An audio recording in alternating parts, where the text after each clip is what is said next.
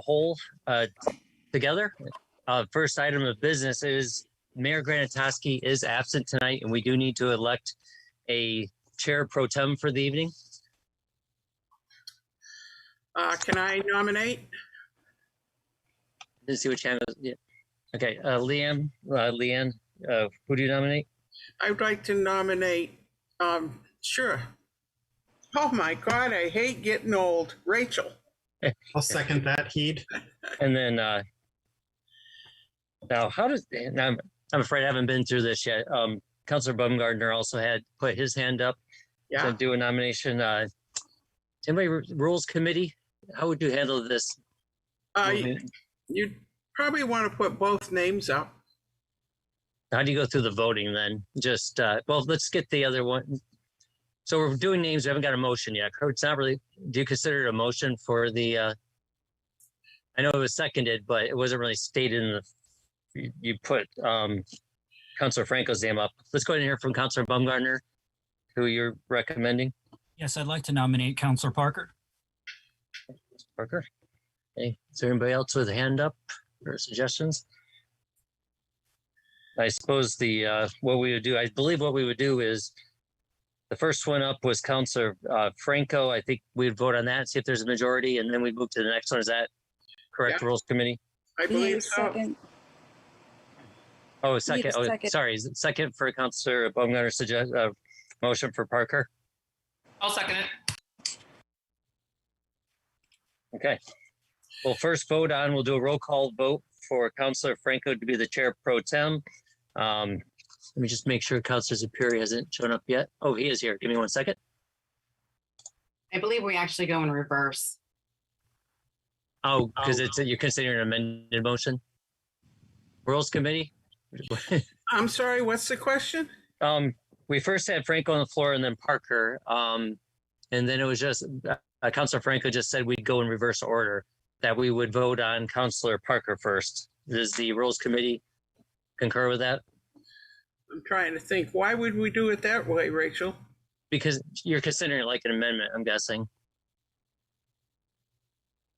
Well, I will go by the recommendation of Rachel. Of. I'm Councilor sorry. Parker? Did you say something, Councilor Parker? Can I ask, is all in agreement with doing it in reverse order? Oh, I can't quite make out what you're saying. I said, is everyone in agreement to do it in reverse order? Then we disagree with that process. Okay, we'll do a roll call vote for Councilor Parker to be the chair pro tem. We have 8 members here, 1 absent, Granatoski. So again, this is the affirmative for Councilor Parker. Councilor Bordelon? I was trying to actually put my hand up. Is that possible for discussion before we vote? Sure. Sure, because it wasn't opened up for discussion. Go ahead. I seconded Councilor Parker. I think out of everyone up here, her time served on RTM jointly with time on council.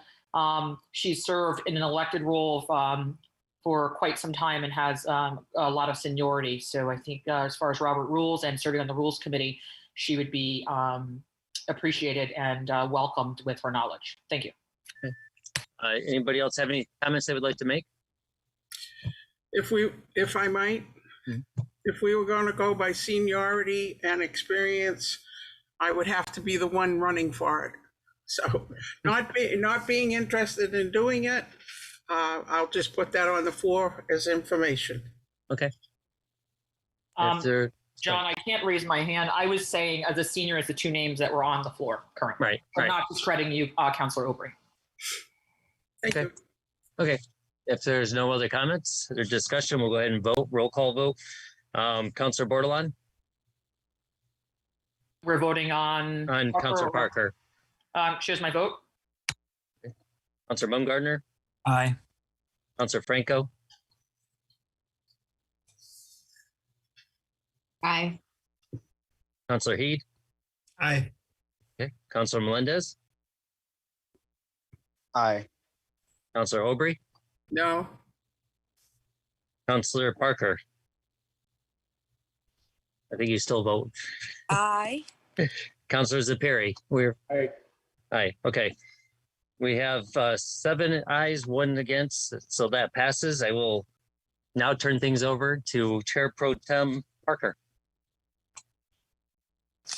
Good evening, everyone. Thank you for being in attendance. The roll call is Councilor Baumgartner, Councilor Bordelon, Councilor Heed, Councilor Franco, Councilor Aubrey, Councilor Melendez, and Councilor Zapiri, and myself. And Mayor Ganatowski informed the council that she would not be in attendance this evening.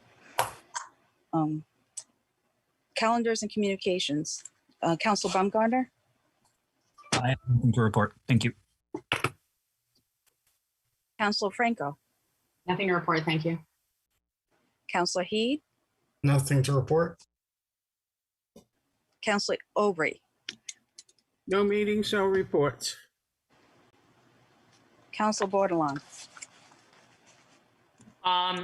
No meetings. So just wanted to say I'm glad that the hurricane went as smoothly as it did, and people who took precautions listened to the guidance. And it's great that we got a bit of a rainstorm, but it is important to sometimes have this practice to make sure we are prepared in the future. So I just also want to thank John Burt for his diligence. I was getting some text messages and stuff, and I was able to ping him off to the town manager for some direction. So I just want to thank the town manager as well as the town staff and Public Works for all of their hard work through the storm. Thank you.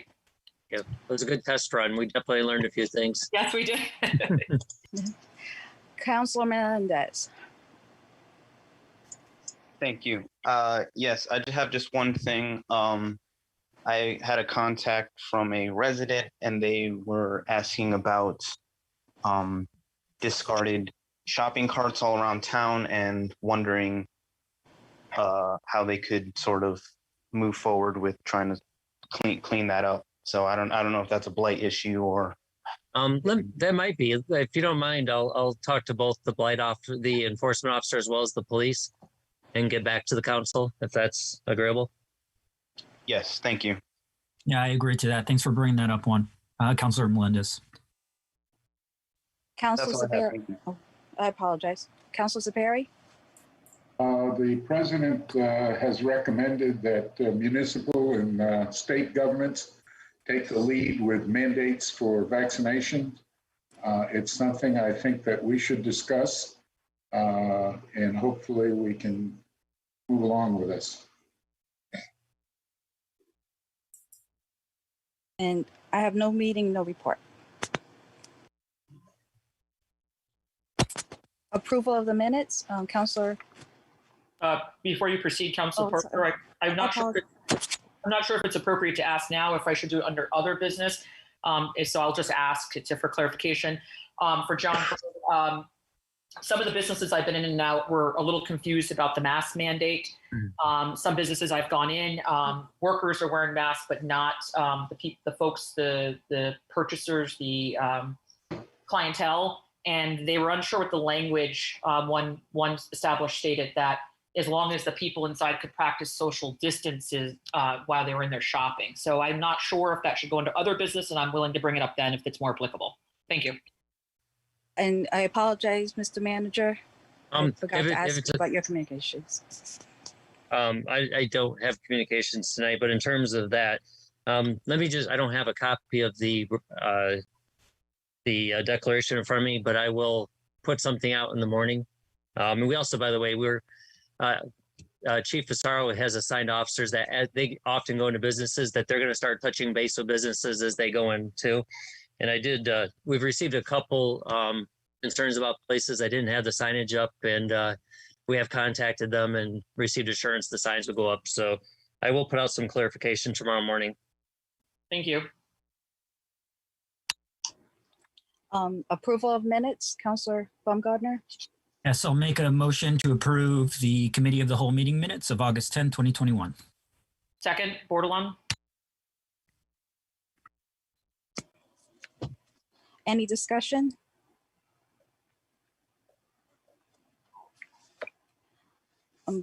Motions on the floor. Can I get approval? Ayes. Aye. Aye. Aye. Any nays? Any abstentions? Motion passed with 8 counselors. On to new business. The new business first on the agenda is 2021-585. I'm actually going to ask Councilor Franco if she can present that for me. Thank you. Thank you. I make a motion to recommend a resolution authorizing the town manager to approve the 1% funding allocation from the American Rescue Plan Act to SCCOG for the navigator position once proper guidelines and agreements are in place. I so move. Second. Gardner.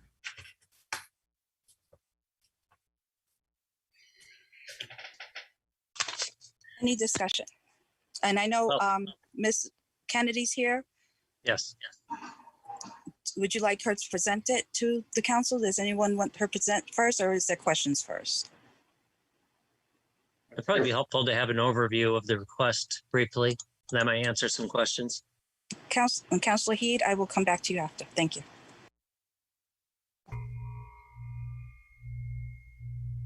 All right. Well, thank you very much for allowing us to come talk to you. I'm Amanda Kennedy. I'm the Deputy Director at the Southeastern Connecticut Council of Governments. I'm sure you're all familiar with SCOG, but just in case, we are a regional agency. We're based up in Norwich. We work with 22 member municipalities in Southeastern Connecticut, providing them with assistance in a number of areas. You know, probably core is our transportation funding assistance. We work with CONDOT and the Federal Highway Administration. We also support our towns with land use administration, with general coordination, developing shared services, solving shared problems, enabling communications between our elected officials. We're here today to ask that you support allocating 1% of the ARPA, of the town of Groton's ARPA county funding to the Council of Governments to enable us to continue and to expand our COVID support activities that we've been providing to towns, particularly as funding opportunities for region-wide projects ramp up. The allocation, the 1% allocation, was actually suggested by one of our member municipality CEOs initially, and there's been a lot of interest from our towns. We have had 8 so far commit to providing a small part of their county funds to the COG. It would really help to increase our capacity to support our towns, which we have been doing for the last 18 months with only a very small amount of CARES Act funding in the first 6 months of the year. But we've been really active on COVID. At the beginning, we held weekly calls with our CEOs and our health districts. We're still doing that. We convened an emergency call last week on the mask mandate and coordinated the statements and the press conferences and all of that.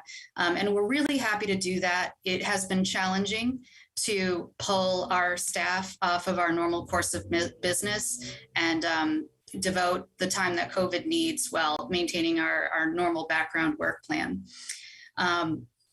We've also, the state has also been looking to councils of governments throughout this process to do a lot of the connecting between state activities and local municipalities and our regional stakeholders. And just last week, we learned again that they're looking to the councils of governments to pull together project concepts to feed up to the state, for the state to potentially apply for funding that they are eligible to for as a state, coming through all the various federal agencies. And we're to get those concepts to them by October 7th. So it's been a lot of rushing around and trying to do the best we can, and we want to be able to continue to do that. So there's 2 ways that we're asking for this funding, 1% of the funding, and we would be asking for that over the next several years in equal shares. And that would enable us to have 1 full-time person at the Council of Governments devoted specifically to COVID, ARPA funding, and other funding opportunities as they come available, and really chase down those opportunities and make sure that we take advantage of them. That full-time individual is really, we're thinking of them assisting in 2 separate ways. One is to to be an expert on the documentation and reporting side.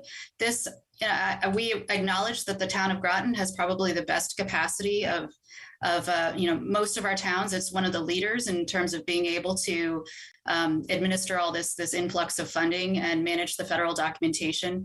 A lot of our other smaller towns, it's going to be a real challenge. And so having someone at the regional level who can be a resource for everyone throughout that process, I think will be very helpful, and would be helpful to the town of Groton too, in terms of understanding how your peer communities are allocating their funds and justifying the validity of those projects under the ARPA guidelines. The other core function of this full-time position, which I've mentioned, is to stay on top of these new grant opportunities. I'm getting emails every couple of days with the new federal agencies that have new programs, and just figuring out who's eligible and connecting with the various partners in the region that could best take advantage and apply and be competitive for those funds is going to be really important. We have a lot of experience with federal funding. I've been through the challenge of grant management with Department of Defense. We've gotten a number of Department of Defense grants. So we're used to those somewhat onerous administrative challenges and figuring out how to get through it.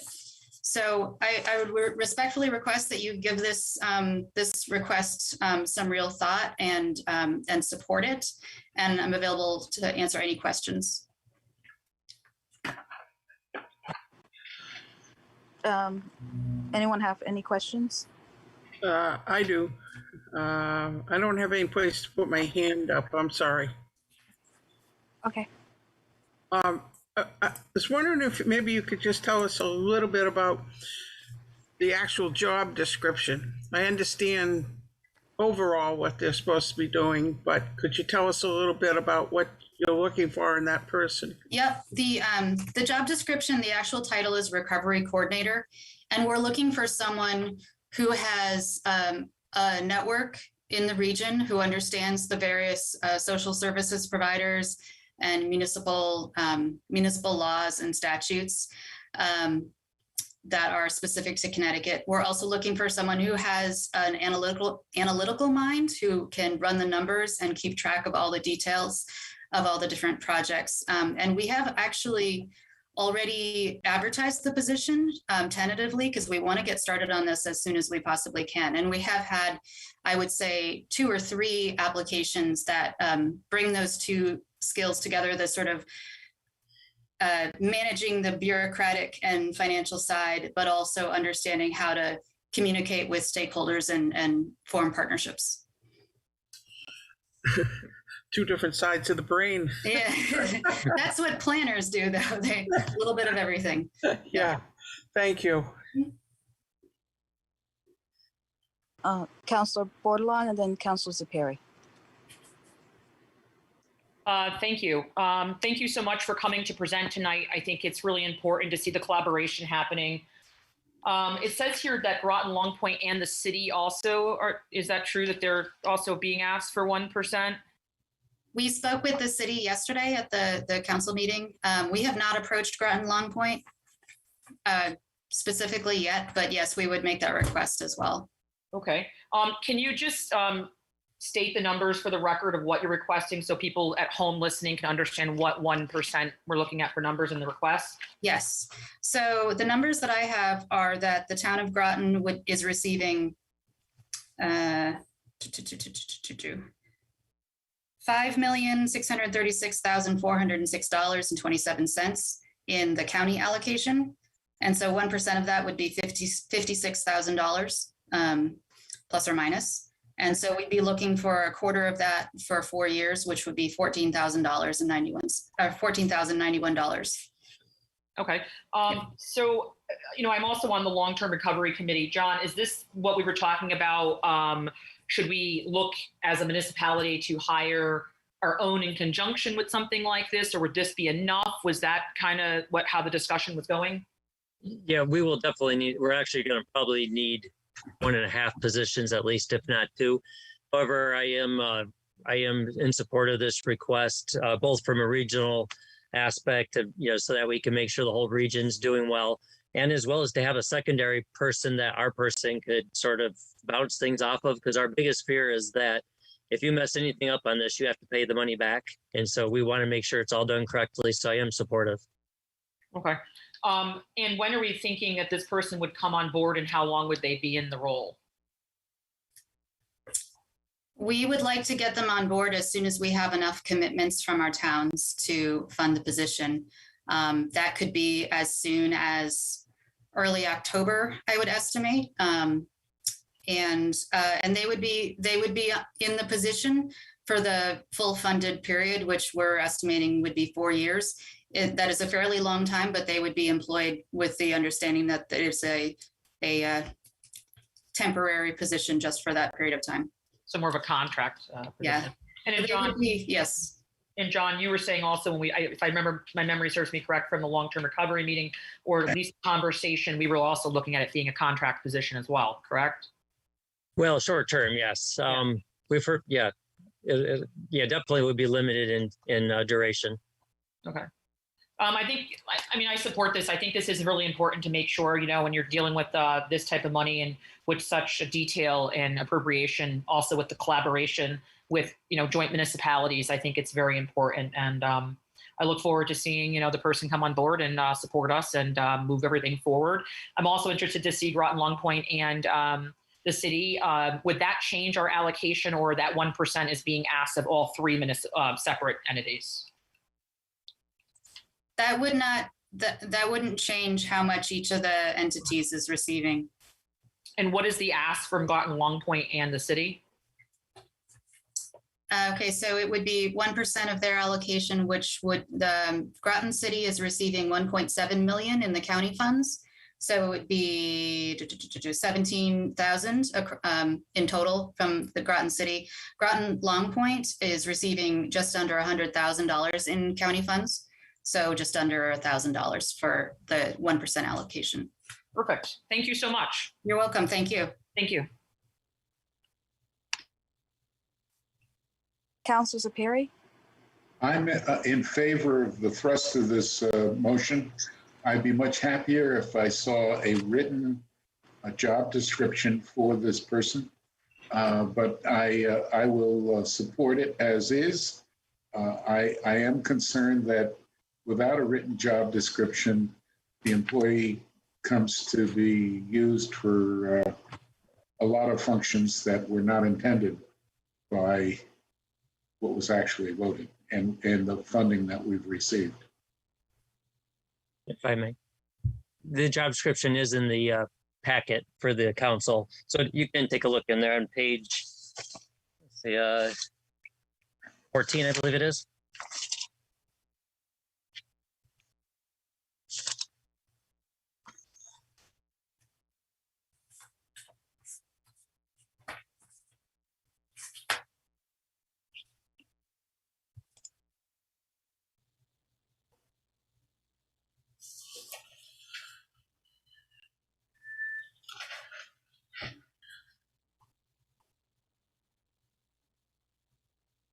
Thank you.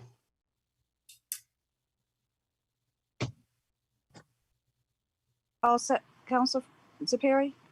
All set. Thank you. Thank you. Councilor Franco? Thank you. So I'd like to thank you for coming.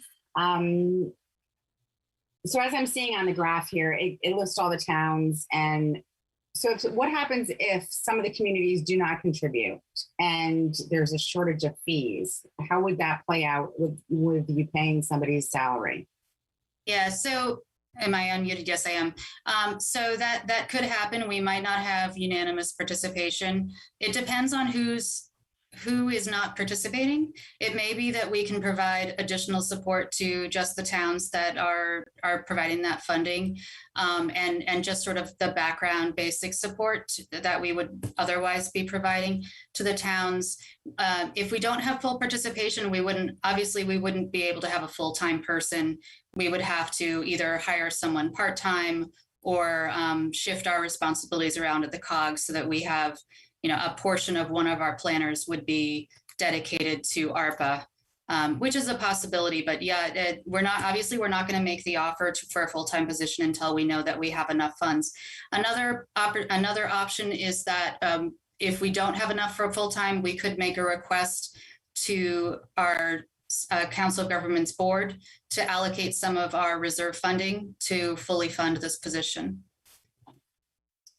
Thank you. Also, it states that the minimum experience and training would be a master's degree in city and regional planning and public administration and 5 years of planning experience. It goes on and lists everything. And then the annual voluntary assessment would be about let's just round it up. It's like $135,000. Is that what you're planning to do, an annual salary, or will part of that be administration fees as well? So that includes our burden, fringe, and overhead rate for a full-time position. Okay. All right.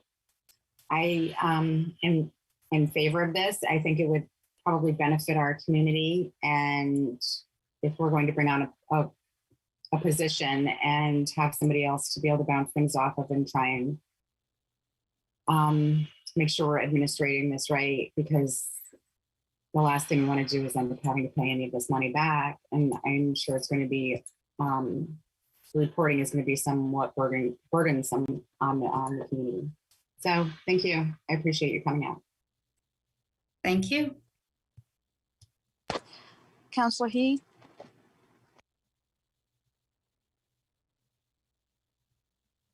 Thank you very much.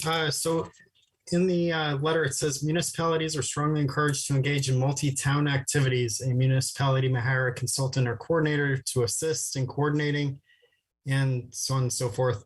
My question to you is, what kind of multi-town activities would this person be working on? Any ideas?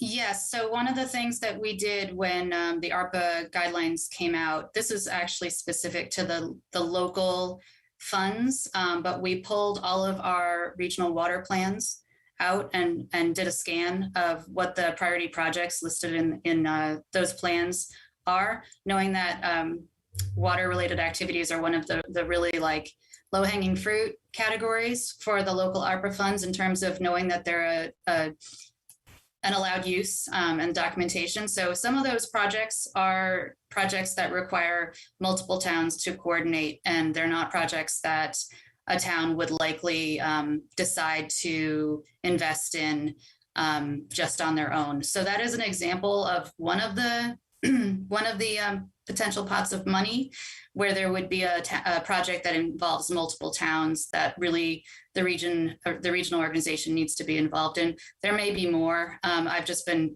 going through all the grants the last couple of days on top of everything else. Another example, so we work a lot with FEMA. We do the regional hazard mitigation planning for the region on behalf of the municipalities. You have to do that, I think, every 5 years in order to be eligible for other FEMA grants. That there's a huge influx of cash for that FEMA program. And we'll be looking at that. Some of those projects may also be multi-municipal. Federal government loves to see coordination. So if you can show that you're cooperating with your, municipal peers, or even across with a next region, it often gives you kind of an edge in terms of competing for funds. So. Thank you. Councilor Baumgartner. Thank you, Chair Pro Tem. Just again, would like to thank Ms. Kennedy for providing a pretty substantive presentation. Actually, Councillor Heed took one of my questions, and so just to kind of bring it back to what he had asked, that you had sort of outlined many projects that this position could take on. And just out of curiosity, at these Council of Government meetings, have, area municipal CEOs found some alignment on some of the issues you've discussed, in the letter that sort of outlines the job description, I think that would be described as Planner 3 Recovery Coordinator. Kind of talks about developing internal strategic plans. So any plans that have or ideas have come out of the Council of Governments that sort of seem to, have more unanimous support? In terms of specific projects for which we'd be receiving funding, we have not gotten to that point where we're actually discussing with the executive committee or the Council of Governments specific projects. The work that we've been doing in the last 2 months has really been answering questions. We had a couple of calls with our municipal CEOs about the local ARPA funds and what exactly was and was not an eligible use. Just getting everyone on the same page in terms of the regulations involved and the timeline of when funds need to be spent, when they need to be allocated, and what kind of approval process is expected or ideal. So that's where we've been focusing our energies now. As I said, I'm getting these grant announcements like every week now. So we're starting to turn now towards making sure we don't lose out on any of these additional funds outside the local funds that we know are coming to the region. And again, I think this position just shows the incredible importance of municipal cooperation, being good neighbors, and reciprocating, with our neighbors on, whether it's mutual aid and there's just so many other, opportunities for collaboration. So I'm again in full support of this ask, and would encourage my fellow councilors to support this as well. And just maybe one last question. Obviously our municipality has been greatly impacted by the pandemic and continue, but the Council of Governments also has as well as an organization. And so, whether it's remote meetings or, I guess sort of as an aside, now that we've, gone through this for well over a year, what are some of your takeaways? And I guess, do you see any silver linings out of this, really terrible experience that you think are, really great lessons that we can kind of apply to your organization and kind of our work with our municipal work with your organization moving forward? Yeah, I mean, I don't really want to see any silver linings, but I do think that we've learned how to work with each other on a little bit more intense and continuous level. We've actually had more participation from all of our towns in the last year in our calls, and our relationship with the health districts in particular have gotten really strong. I've been really proud that we were able to really transition to remote seamlessly and enabled a lot of our towns to have the confidence to do that too. Now we're working on, how do you do hybrid? How do you do hybrid well? We'd love to have another hybrid meeting again someday. We had one in June. So I think the communication is really, I think we've all had to learn, and that's been great. Relying on each other as peers, I think has been really helpful as well. So. Thank you, Ms. Kennedy. No further questions. Councilor Melendez, do you have anything? Nothing, thank you. Okay. I have a question. You mentioned grants. Is that still going to go through OPM when you do it? Because I know most grants go through from the federal to the state of Connecticut through OPM. So the ARPA grants are not going through OPM. The OPM's actually not been too involved in even in our conversations with the state of Connecticut in the last couple of weeks. We've been working with DECD and DEMIS, the Department of Emergency Management and Homeland Security, and the Office of the Governor. So these applications would be direct to the federal agencies such as the U.S. Economic Development Administration or FEMA. They each have their own set of grants, and they are generally eligible applicants are generally municipalities, other forms of local and regional government, and Native American tribes, and a few other categories. So we'd be applying directly to those agencies. Okay. Oops, let me start the timer. One more question. If that's the case, if it's going through the federal government that way, and it's going to be, we're getting the money each year, ARPA, the funds each year, am I understanding that correctly? And we're going to pay you guys each year from that fund? Or is this a lump sum that comes in and we have to set the money aside? Mr. Burt will probably want to confirm this, but my understanding is that the town of Groton will be getting 2 lump sum payments for their local and county funds. And we're asking for 1% of those county funds. On top of that, there are other grant programs that are competitive that we're talking about having the resources to chase down for our region and our municipalities. So we'll have a dedicated fund. It is 2 years that we received the money. 50% we've already received. Next year, around June-ish, we'll get the other 50%. However, we'll do 1% for each 4 years. So it'll be right in the budget for each year to come out of those funds. Now, a quarter of a percent. Okay, so those funds will be coming out of the budget.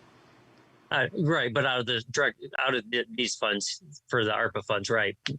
Just making it clear it's not general fund. Thank you. I just want to make sure everyone understood that. Thank you so much for coming out. Oh, I'm sorry, Council Borderline, for your second time. Thank you. Just a quick question for the town manager. Because it's not coming out of our general fund, how is the allocation in reference to the RTM? Since it's over a certain amount of money, do they look at it individual or is it the total amount? Will this have to go before the RTM? They will look at this year's amount because it's off budget. However, for the rest of the other 3 years, we would include it right in the budget. So the regular budget process takes care of that. Okay, so we'll go to the RTM for the first round. Yeah. Any of the grant, right? We're going to eventually present, many things to the RTM out of these grant funds. Okay, thank you.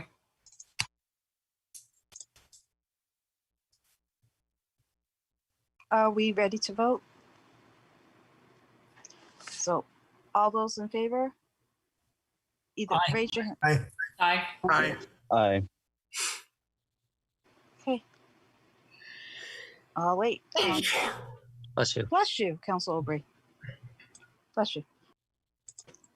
Motion's been approved. 8 councilors. Thank you so much for coming out this evening and glad we could help. Thank you very much. Appreciate it.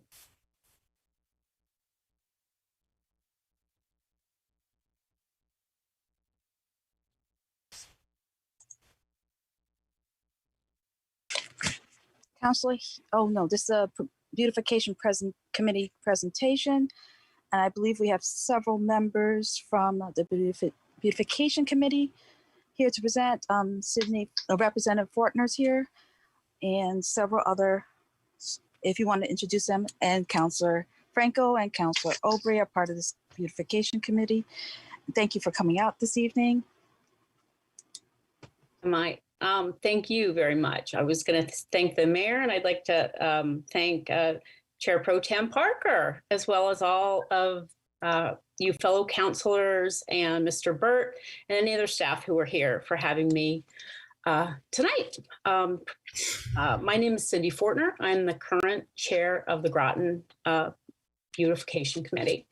And since my computer was giving me some challenges, Mr. Burt is going to start my PowerPoint so that you guys have something to look at rather than me talking. So Give me one moment. Give me 1 moment and I'll get it going. All right. Excellent. And then we'll have questions at the end of the presentation so I don't get lost, if you don't mind. Thank you so much. All right. So as I said, this is a presentation of the Groton Beautification Committee. I'm Cindy Fortner, the current chair of the committee. Next. I have a wonderful committee. There's 7 of us. Councilor Aubrey, Nancy Codan, Bruce McDermott, Aline Schulman, Councilor Rachel Franco, Andrew Perella, and a number of absolutely phenomenal other dedicated residents and volunteers who help with the committee. Next.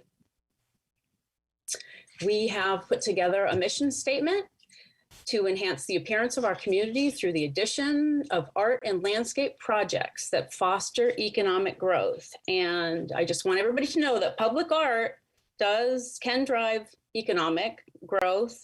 And our overarching goal of this entire committee, one that was set out a couple years ago by Councilors Obrey and Franco, is to encourage a sense of pride or a sense of place in Groton. Next. So first I want to start by just giving you a little overview of what we've done in just the past 12 months. The committee was started in August of 2018. We had a little hiatus there during COVID, but we got started again. And we started with a bang. We had a beautiful daffodil sale that raised $698. We sold 1,000 King Charles daffodil bulbs, sold every one that we had in bags at the Groton Senior Center. We were hoping to beautify Groton one bulb at a time. And anyone who purchased specifically from me told me that they were absolutely phenomenal. The next thing up was in conjunction with the Groton Public Works. We talked with them about redoing the trash cans down there, which were kind of a mishmash, and some were green, some were blue. They weren't well labeled. People put trash in the recycling and vice versa. So in speaking with Greg Hanover of Public Works, he and his staff painted all of these cans. They put the recycling, the Groton logo, the retro seagull, which we brought back from years ago. I guess there were trash cans in Mystic. And they're also now labeled trash. And on the recycling cans, there's a circle at the top so that people aren't throwing trash into the recycling. And my dog, Quinn, says that she thinks they're beautiful. So thank you very much, Groton Public Works. Next. In the spring, we had just a regular trash cleanup, and it was on the 24th, right around the Earth Day.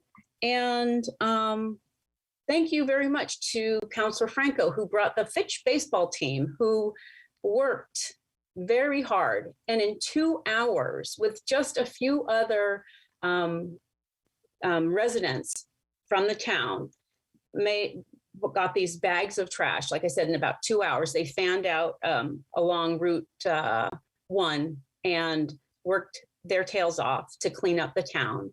The city of Groton, we worked together. They did it. They did their cleanup in the city. We did ours in the town. And so I don't have a picture of their trash, but they also had a very successful trash pickup. Next.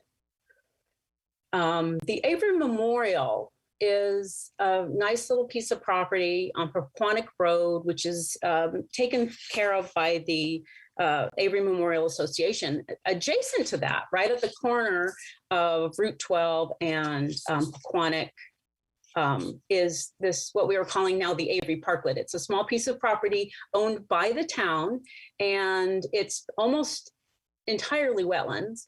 And it tends, unfortunately, to grow lots and lots of invasive species. So with the help of Park and Rec maintenance, they went in and took out all the invasives, which allowed this spring for lovely ferns and more other attractive plantings to grow up and flourish. Next. Sutton Park, if you've been by there, the Parks and Rec Department removed the planter that was there and moved it over to the different part of the park. And this lovely waste finding sign was installed. And that was the beginning of something. And I'd been in contact with Mark Berry from Parks and Rec. And he said, sure, let's put some plantings in there. Didn't have any money, but we got some support from Groton Planning and Development. And the committee members met one morning and planted a number of plants. We picked out kind of a red, it's hard, the picture you're seeing is right after they were planted. So we had a red, white, and blue theme. And the second picture on your lower right is actually the back of the park, because people in the park are going to see it, the front, the side, and the back. So between our committee members and the planning and development support from the planning and development, services. We did this, it all came together once the planter and the sign was installed. This all came together in about a week. So thank you very much, both to we worked with planning and zoning and also Parks and Rec on that. Next slide, please. The Groton Town Hall needed a little TLC, so committee members got together and planted some hostas and a few little annuals. This is at the very front of the town hall. And then to the right, you see pots of annuals and some begonias that got planted. So the pots of annuals, those were all of these things were donated. The pots were donated by a committee member. Johnson's Hardware donated the soil, and Stonington Gardens donated the plants, and committee members donated the hosta, and then we all just put it together. And there is a staff person at the Groton employed at the Groton Town Hall who has volunteered to water the plants. So they are there, and these are annuals. They will not make it through the winter, but for right now, we had this done before the 4th of July. And the hosta that's on the left of the screen, those will die back over the winter, but should come back 4 times bigger next year, if all goes well. And if you see anybody, bunnies running around there, would you please shoo them away? Next, please.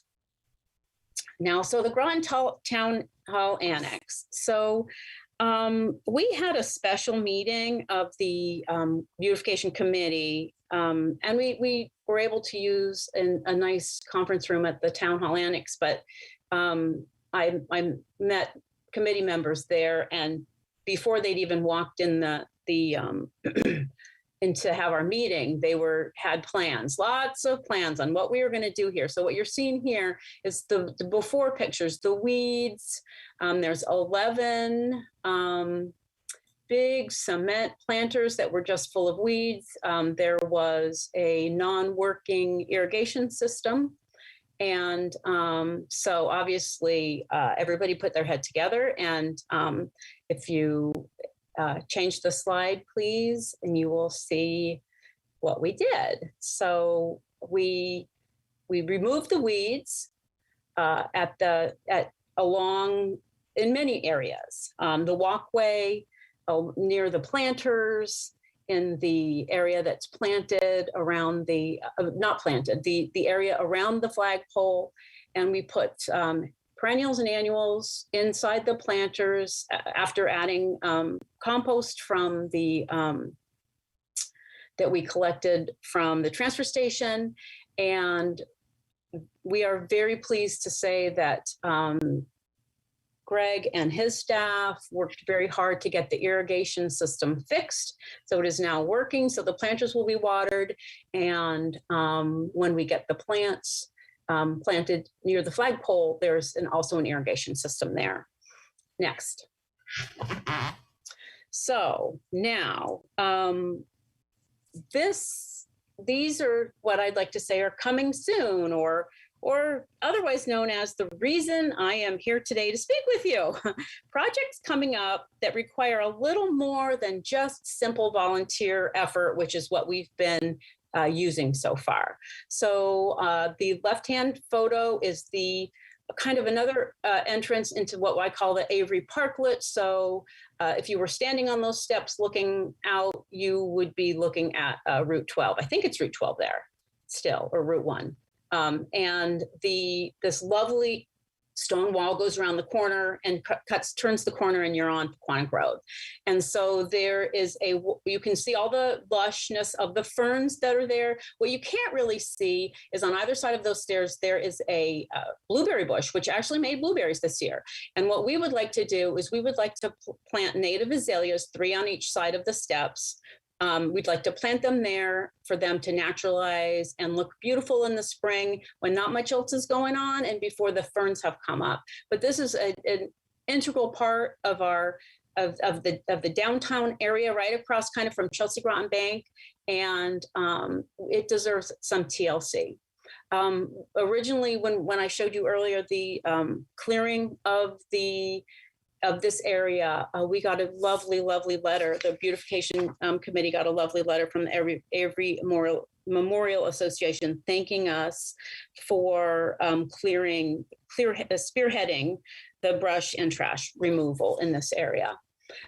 We'd like to plant a perennial garden at the Town Hall Annex at the flagpole. This is an area that a number of members and volunteers have. We're going to dig up our own plants and put them there, but we need a lot of plants. And wouldn't it be nice if we had a couple of shrubs or large grasses to take up some space there? And fortunately, none of us have shrubs we can dig up, so we might need a little help there. Next, please. This is one of the projects that we've been looking at quite a bit. The intersection of Route 117 and Route 1. This is a busy intersection. It's going to get busier when the sale comes to town. That's going to be installed over there near the public library. So currently on the left, we have the Town of Groton sign, which has seen better days. It's about 2 feet from the sidewalk that they're going to put in a new, beautiful wayfinding sign. I've got a picture of it here. It's going to be this one or something very much like it. And beneath that sign to the right, we have a very wonderful, well, actually the town has a wonderful member, Tabitha Harkin. Well, she can't be a member of our committee because she's a town employee, but she's a planner and she's also an excellent landscape designer and has drawn numerous landscape plans for us. So she put together this landscape plan for the wayfinding sign that's going to hopefully be installed soon at Route 117 and Route 1. And that will be, once again, kind of a red, white, and blue theme that will surround that wayfinding sign. And we're also going to try to trim back all that brush. When I say we, this is with the help of Public Works and Park and Rec maintenance. They're the guys they're the individuals who do a lot of the tough work in conjunction with all of our planning and scheming. So that's something that's going to make that area with all those cars driving by. These plantings are meant to enhance that sign. Next, please. So these are other suggestions. We would love to make the Groton Town Hall a beautiful place. We have some ideas. On the left, we planted some little begonias there, which are surviving, but they are annuals and they are not going to make it through the winter. They're right next to there's just yews, and if you look at those yew bushes closely, there's actually some poison ivy emerging out of it. Imagine if people pulled into the town hall where those and parked and faced a beautiful planting area. Maybe, how about a piece of public art to enhance and show the pride that we have in our town? What about when they're getting out of their car and they're walking up to the front to enter the town hall? There are these window wells there. To us, those window wells are perfect spots for planters that are overflowing with beautiful annuals that are welcoming you once again to the town. All you people paying your taxes, getting a marriage license, anything else that you need to do, you walk past these lovely plantings. We've also talked about putting planters full of flowers on Pequannock Bridge itself. Once again, in conjunction with Public Works, that is a state road, so we still have to get an approval for that. They usually tell us no. This time, I'm hoping they're going to tell us yes. Once again, to make the area look attractive and give you a good sense of pride in where you live. Next, please. So Par 4, one of the favorite restaurants, especially for those who love to go to Shinnecock Golf Course, which we all know is a town-owned property. The Par 4 is the restaurant, and then they just fairly recently, redid this parking area here. You see on the left, and there's a rectangular planting area, which really is just a a mulch island with signs in it. And we would like to put some lovely plantings in now there. Don't have funding for this yet. We have had about 3 different landscape plans. All of these things need to be low maintenance so that the Park and Rec doesn't have to spend too much time on it. So this was just one of the drawings that Tabitha Harkin made for a low maintenance planting area. Since then, Michelle Maitland, who also works for Public Works, has been applying for a rain garden grant. This island would be a perfect spot for a rain garden. A rain garden, instead of, you've got all this water coming off of the asphalt, and instead of it draining away and taking a bunch of toxins to Long Island Sound, a rain garden, if it was planted where that triangle is, would absorb that water and keep it here rather than rushing off to Long Island Sound. So that's still something we're looking into, but sooner or later, Par 4 is going to have something planted there if we get our way. Next, please. So, one of the questions, the sales, I just wanted to make sure that everybody knows, like, the sale is coming, the Groton sale. Maybe if we're lucky, we're looking at Bridge Market here just for a second. So this is kind of the area we're talking about. It's 117 Route 1, Fort Hill Road. We're going to have a lot of traffic. Maybe, if we're lucky, we'll get the fields at Clodchester School. So that will be a wonderful Quantic Plains Park, fields at Clodchester. Right next to that is the Bridge Market. So with all this traffic that we might be seeing and people coming to our town, the question is, how do we make a lasting positive impression on residents and visitors to our town? Our committee is thinking that a mural might be the way, and it's a permanent enhancement to the area. And this is one area we're looking very strongly at. Councillor Obrey's been working with the owner of the building, and we're hoping that we are going to be able to move ahead with painting a mural on one or both of the sides of this building. We're early in the process, but I have spoken with a local muralist. Could you have the next slide, please? This is Jamie Pearson. He's a local muralist. He just recently retired from he worked on the naval base. He recently retired from the Navy, currently works at EB. So he does this on the side. He has done numerous murals on the sub base. He's also done, there are a number of articles about him. He's done them also in New London. I've talked with him about some ideas, historical ideas, things that are going on in the town, and he's going to do some sketches and has wonderful, wonderful ideas. This is early in the process, but this is what we really want to do. We want to do something permanent that will enhance the area and give people really like a happy sense of place, sense of pride in their community. Next, please. So what we're asking of you, we would like the support, almost like emotional support, so to speak, to support for encouraging a pride of place or sense of place in Groton. We'd like to change the vision of the town and establish that pride of place and not just really to really believe in your town. We're asking for financial support for plants, for planters, for signage, and public art. As I said before, public art can drive economic growth, going back to our original mission statement. I really think the climate is right now for this type of change. We've unfortunately received a couple of,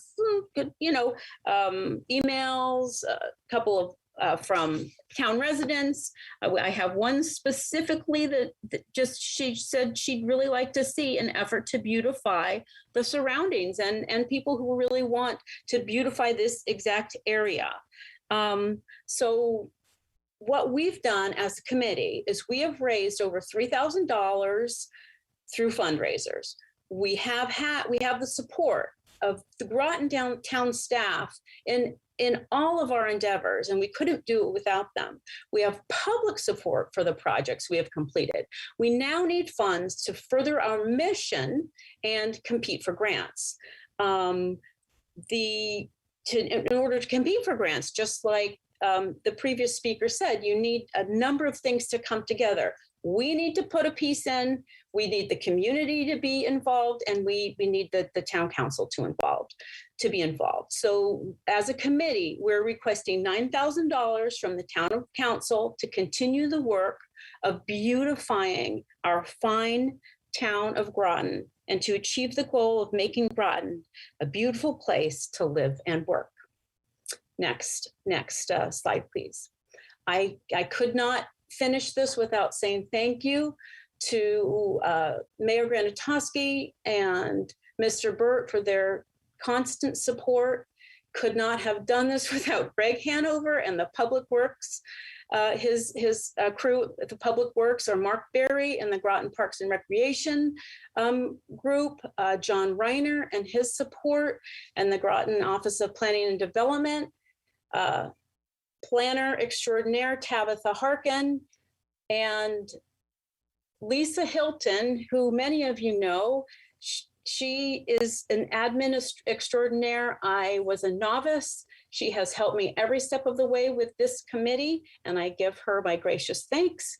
And also, last but certainly not least, to the phenomenal, passionate, and committed members and other volunteers of the Groton Beautification Committee. I say thank you to all of you. Next, please. Any questions? Quinn wants to know. Thank you so much for listening to my presentation, and I will let you now ask away. Anyone have any questions? I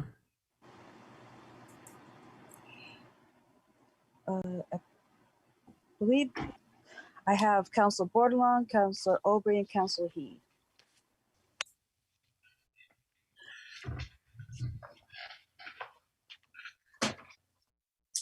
Councilor Bordelon. Thank you. I just wanted to thank Sydney Fortner for her wonderful presentation, and Councilor Franco. I remember when we first started campaigning for council, and Leon Aubrey, the vision of the hydrangeas down Route 1. And so it's great to see this start to come into fruition.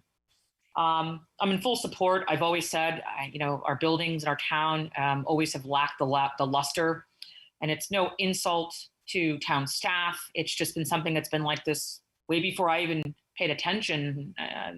Just no plants, not only until I became an adult myself growing up here did I ever realize the lack of plants and things. And, when I would travel elsewhere and come back, I'm like, even going to New London, they have the big pots hanging downtown, or you go to Old Saybrook or Essex. So there definitely is a need in our town for something like this. I fully support the efforts that you guys have done and all the volunteers. And, but I guess my question, and I fully support whatever you guys asked for to get this going, but how do we as a town make this a priority within our community? Other towns have this as an entity that's part of the town government, as an item. For example, when that annex was built, once again, this is way before John's time and many of us that have been involved recently, why are there no plants in those planters, right? I know you have to project and move forward, but we have to look at where we are to understand how we got here so we don't get here again. And that's because people ask me all the time about money. So it's one thing to approve the $9,000, which I'm in full support of, because I think it's amazing and some wonderful, great ideas. I know the artist myself who did the murals. He's done some great jobs downtown New London. I'm wondering if Bruce McDermott was part of snagging him, because I know he does stuff down with the arts and music and hygienics. So, But anyway, how do we keep the momentum going if anybody from this beautification committee decide to fall off for, say, move or just couldn't do it anymore? I think it's important that the town has a space within it, and the beautification enhances maybe more of the areas that are hard hit, where there's not a lot of funding in areas. But I think as a town, I'd like to see us come together and own some of our own landscaping and weeds. So, it was great to see the beautification clean the weeds at the annex, but I also feel like that's a town job. And Councilor Bordelon? Yep. I'm sorry, 28 seconds. Okay, thank you. So I guess my question's to John, like, how do we start to handle that? I'd like us as a town, if we didn't have a beautification, why are we not doing these things? Thank you. Budget cuts. Over the years, many positions were cut both in Parks and Public Works. And as each of those cuts occurred, different services went away. And we have both Mark Berry and Greg Hen over here if they want to speak to it. However, we would most likely have to add staff back and have a little bit more money for plants and things to keep it up. I'm very supportive of this and having an ongoing budget for beautification. But so if I may, Councillor Parker, just to follow up to John Burt really quick. 1 second, let me turn it back on. Yeah.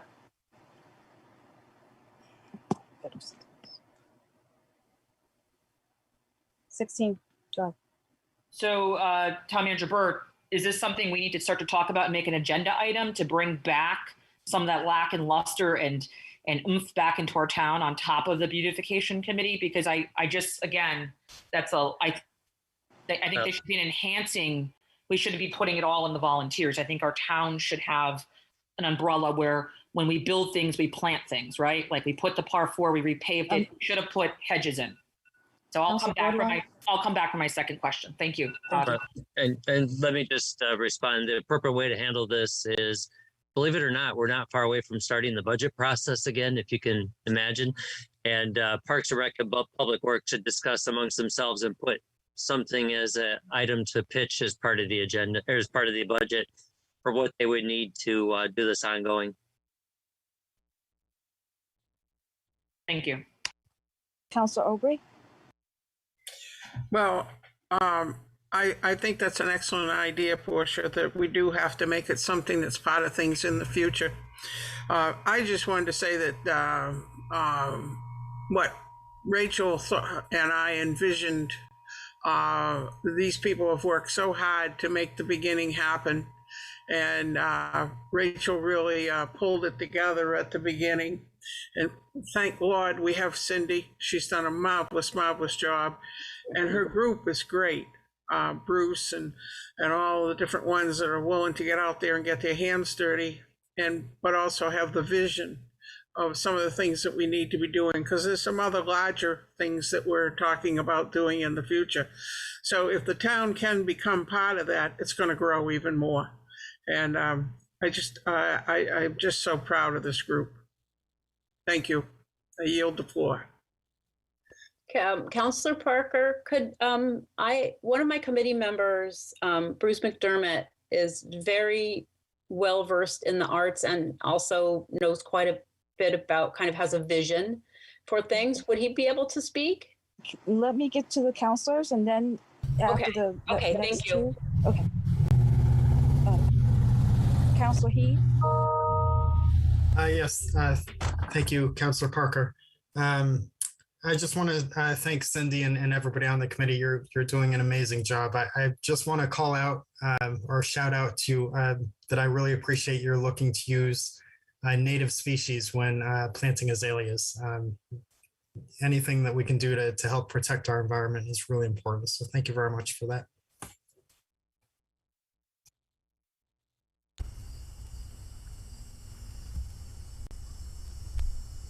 Councilor Baumgartner?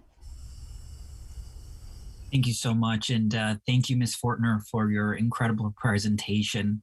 I simply have to ask, is this your requested appropriation simply enough for all of the great projects you have developed, especially considering, the mural considering, some of the plants, which obviously many of them aren't, many of them aren't cheap.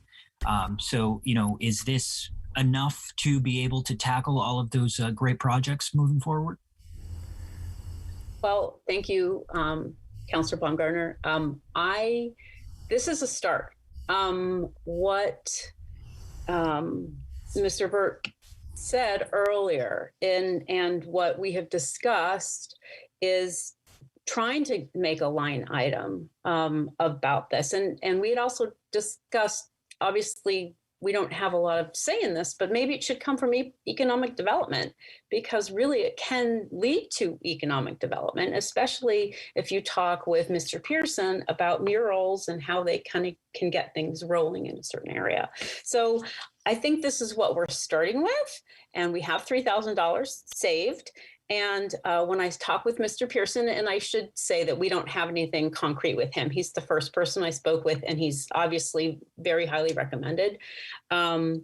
He said, to begin with, you want to get very good paint, and maybe the paint, maybe depending on how big, the quality of the wall the mural went on, might be $3,000 just for the paint. And then it goes up from there. But our plants, I mean, I've got a number of things written down, and yes, I think for now, we could be coming back again to visit you later, or possibly to encourage the town to put a line item for beautification, because I really do think people want it now and would look forward to it and would support it. And it doesn't need to be a huge amount of money. And it was actually started, let's not spend any money. And we just want to spend a little, just a little. So that's how we want to get it started. And hopefully, I mean, when he has this opportunity, Bruce McDermott knows of a community where he stays when he goes and leaves us here in the cold weather, a lovely area that and they have a budget, and I'm sure he can tell you about that. But I think it's kind of seed money, and we're hoping that this shows a commitment by the town, and then maybe we can go out and get some more money from grants, because they'll say, look, the town council likes us. We're working together as a community. This is what we want to do. So thank you so much. And now just reading your volunteer roster, I know you have some heavy hitters on there, and certainly, really, much credit to both Councilors Franco and Aubry, really jumpstarting these efforts and recruiting volunteers. But should anyone in our community be interested in being involved, whether in a volunteer capacity or serving on the committee, who should they contact to, again, get involved? I would love them to contact me, but I don't have a Gmail, or what do you think, Leanne and Rachel? Who do you do they contact me, or do I think it would, well, John, I guess there'd be a couple of ways we could do it. I mean, they could email to the town and it could be forwarded to Cindy. Would that be a good way to start? That'd be fine. To council@grotonct.gov. And then Lisa and I will get it. Right. And we would love some more volunteers if people want to pull weeds and plant plants and talk about where a mural might want to be and where we might be able to install a piece of art. Thank you. And lastly, our council over the last few years has talked extensively and worked on issues with respect to resiliency, improving resiliency in our community. And so one question I have is, in that light, I've learned a lot about pollinator gardens in the last couple of years, and rain gardens. Do you plan on incorporating some of those methods into your future plans as well? Absolutely. Thank you for asking. We're going to try to do natives as much as possible. We have a wonderful volunteer, Missy House, who is new to the area, and she is very supportive of pollinator gardens and planting natives. We have to, if we're going to do anything at the Avery Parklet, it needs to be a native anyways, because that's pretty much all wetlands in there. And we really want to encourage, well, native plants also are lower maintenance and attract all kinds of pollinators, which we thought would be wonderful, especially when you're going in the town hall annex. If we were able to do some type of planting at the, usually annuals, aren't quite as good for that, but most of the perennials we're looking at, we are definitely looking at native plants, when possible. Some of the spaces are like the spot at the town hall annex. That is a very hot area, so not all natives are going to flourish there, but culturally specific plants, and I'm all about it. I'm very concerned. I'm native Californian, very concerned about global warming and the rain garden. I'm hoping that we can incorporate rain gardens into almost any development that has asphalt. Asphalt equals rain garden. So I really appreciate that. I'm very supportive of it, and I really appreciate your support also, Andre. Well, we appreciate you, Ms. Fortner, Mr. McDermott, all the countless volunteers, and obviously Councilor Obery and Councilor Franco, and very much look forward to supporting your request as well tonight. Thank you. Thank you. Before the second time around, Councilor Franco. Thank you. And of course, this is something just, very near and dear to my heart. And I think you guys are doing a fantastic job. And I'm so impressed with everything you've done. You did forget to say that daffodils have been planted on the hill by the sub. Yeah. And I didn't have a picture of that either. What's wrong with me? There's another accomplishment. So they can be seen by the highway. Right.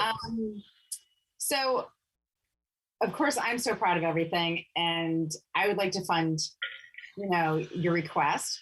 I do have some questions. Some of it might be to start off with the town manager. So when I brought this idea to the council, it was written up to the effect that town funding would not be used, and this was in a time where the town was in a very, funding crunch that we thought was happening from the state level. And would we need to change the wording in how the committee was set up by the council? I don't believe so. If I remember correctly, it was more of the intent is to not request funds, but on top of that, once the council takes a further action it does in effect change the setup of it. But let me just read into it, pull it back up, and I'll get back with you. All right, because I don't want to do something incorrectly by funding something without changing the wording first, and maybe us having to vote on that prior to funding. So it has been brought to my attention that there might be some funding, as discussed, from economic development. And I've also witnessed recently where Parks and Rec is raising money to purchase trees for an area. So is there a possibility that Parks and Rec or economic development, their funds that they have, that they might be able to kickstart this for funding while we wrap up all of our maybe wording and how the committee was set up? And the funds they raised, well, some are donations to match. They're mostly through that outside. Mark's on here. I can have him speak, but essentially they have to be used on trees at the New England Gardens specifically. Right, but is there any opportunity to do something similar for plantings in town? A similar fundraising mechanism, yes. I don't know if it would include matching funds or not, but I'm sure there could be. Mark, do we want Mr. Barry he is involved with that process to see if he has anything to add? Hello, quiet.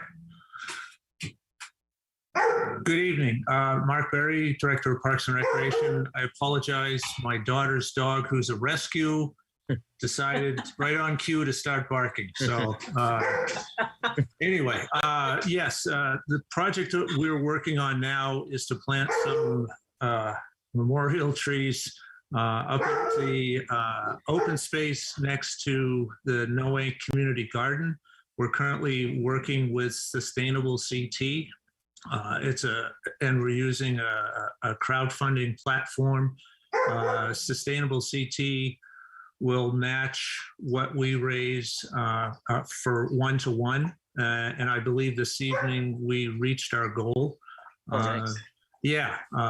We gave ourselves, I think, 45 days, and we did it in about 2 weeks. So that was a very successful project. But the money that we raised is specific to planting those trees there. We had to go through a process of getting approval through Sustainable CT. We have talked to them about another project. It's actually a mural project at the Groton Community Center. You know, Councilor Franco a few years ago approved some money to do something to the front of the community center as it was opening. We've put a banner up. Due to COVID, we really couldn't do a mural, but now, hopefully now we'll be able to get a mural up. And we have talked to Sustainable CT about that project, and they're very supportive of that project also. But I think something like this that Cindy has talked about could certainly be another project that they may support. Right. So there is, even if we do have funding from the town, there are other options of how to raise funds as well. Even if there is funding from the town through your department. So prior to putting a motion on the floor for funding, should we look into the wording, or can we go forward? I actually just pulled it up. We're all set. We don't have to change anything. All right, then can I put a motion? I'd like to put a motion on the floor. We still.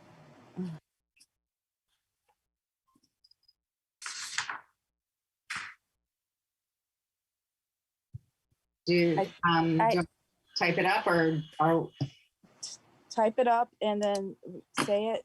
But the other thing is, I think I had another person that raised their hand to speak. I thought Councilor Zapiri was going to speak, and then I had a question myself. Okay, I'd still like to put a motion on the floor first, though. Okay.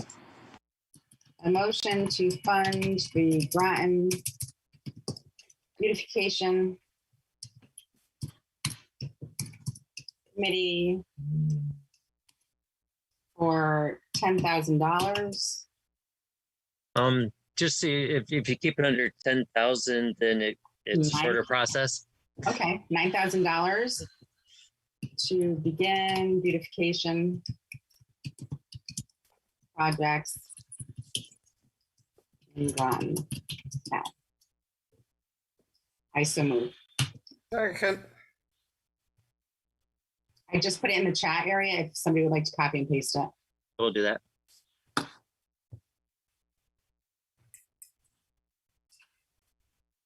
Okay. Voice. Incorrectly spelled begin as in being. Sorry about that. So there's a motion on the floor. So do we want to talk to the motion on the floor? I know Councilor Bordelon had her hand up for a second time speaking, but now there's a motion on the floor. Councilor Bordelon. So I'm not speaking to the motion. I'm just speaking to my second turn into the last thing. Shall I speak to the motion now and go back to that, or what would you recommend? Speak to the motion for me, please. Sure. I'm in full support of it. I just, again, think we should have the in-depth conversation with the town. And I understand that the funding was cut and ripped apart completely because obviously there's nothing growing anywhere. There's no potted plants. There's nothing. I mean, beautification must have been gutted in our town, and that's obvious.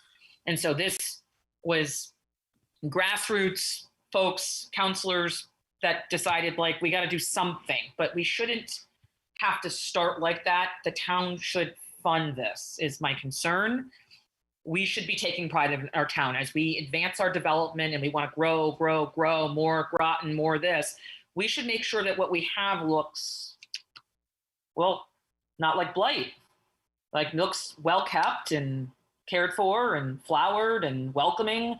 And so I just think that this part should be an enhancement, but we really should kind of talk about adding that line and really making a motion or a movement to say we want to bring back that beautification in any way that that should be. And I'm not sure that that should be Parks and Rec per se. It might be economic development. I also think from a town perspective, John, if we're going to put it on the backs of volunteers to run such a committee, then let's give them a town web page, email, right? Since they're doing the work of the town and doing this, I think giving them a Groton CT Gov page so that as fundraising starts to come in, it goes into a proper domain and it's all collected in one spot. And so my question is, what would it cost to give them an email as well? Clarification. So that is moved. You know what I mean? I think we should, so looking at funding and grants, we should have an email for that through the town. Council Bordelon, hold one moment, please. Yeah, sure.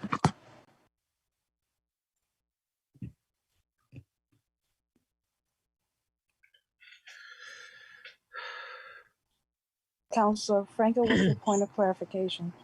I wanted to clarify that there is a town email, and I have sent by email to Cindy, which maybe she's not utilizing it at this moment, but there is a town email.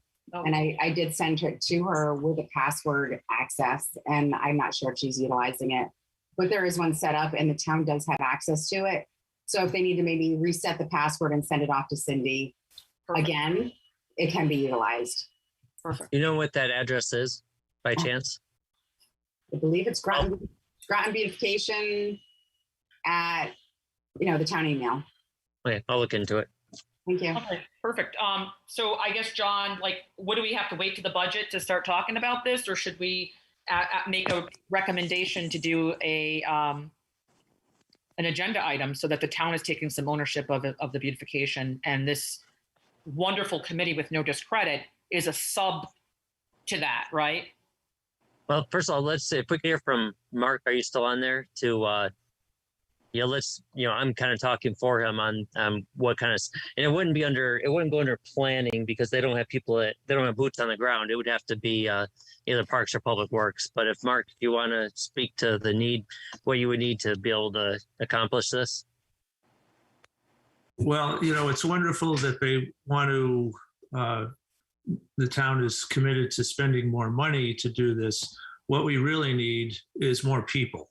We can barely keep up with what we have now. And if we're going to do these plantings all across town, we have to have more people to do it. And we used to have more people, and Parks and Recreation used to plant on a yearly basis.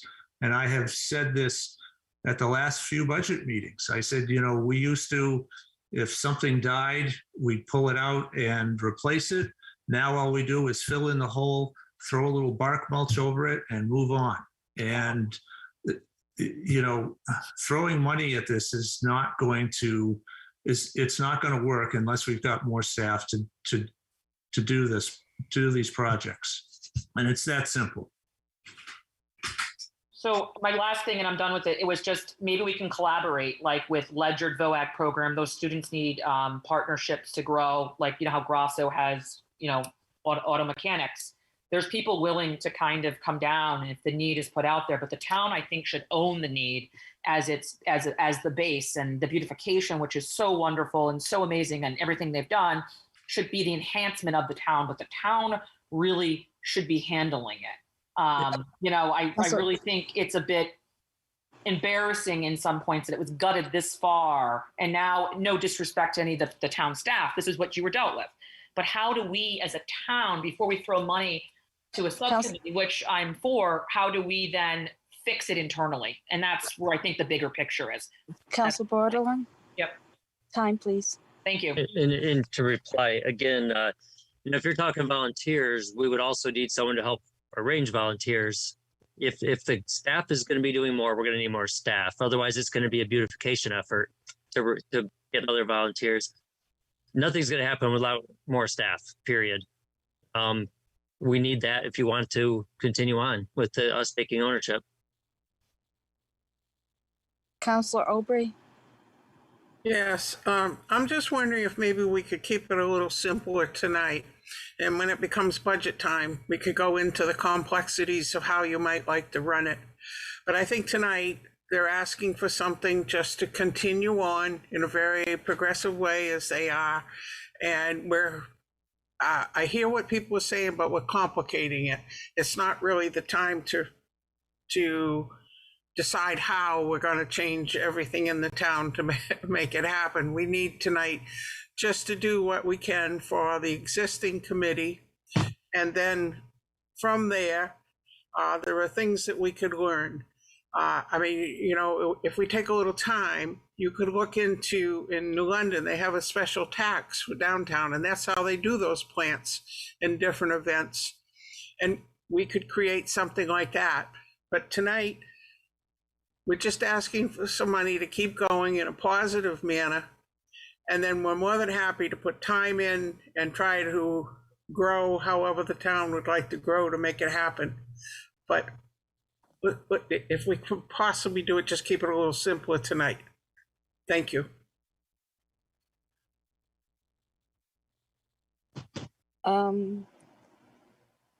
Councilor Franco, I know, before you speak, Councilor Franco, I haven't started your time. I know Mr. McDermott wants to speak and Ms. Fortner needs to speak. Are you guys going to speak to the motion, or I know Mr. McDermott is probably going to speak to some other things. Councilor Franco, do you mind if they speak? No, I don't mind. Thank you. Okay, thank you. Thank you. Just let me make a brief comment or two. I think that the artistic areas that we're talking about, such as whether it's sculpture or murals or whatever, that can be easily and should be a public-private partnership. That can be arranged. I've already spoken to the Mystic Art Museum. They're more than happy to get involved.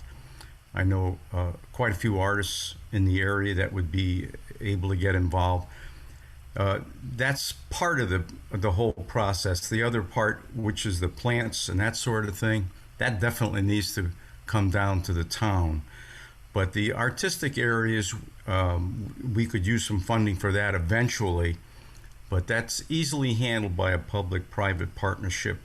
And the town that I spend some time in the winter gets every year most beautiful downtown in Central Florida. That's how they do it. They spend $25,000 on the artistic areas, and that's how they run it, with a public-private partnership with interested people. The plannings are all done by the town and taken care of by the town. And of course, it's easier down there in Florida to do this, but the way it enhances the area is remarkable.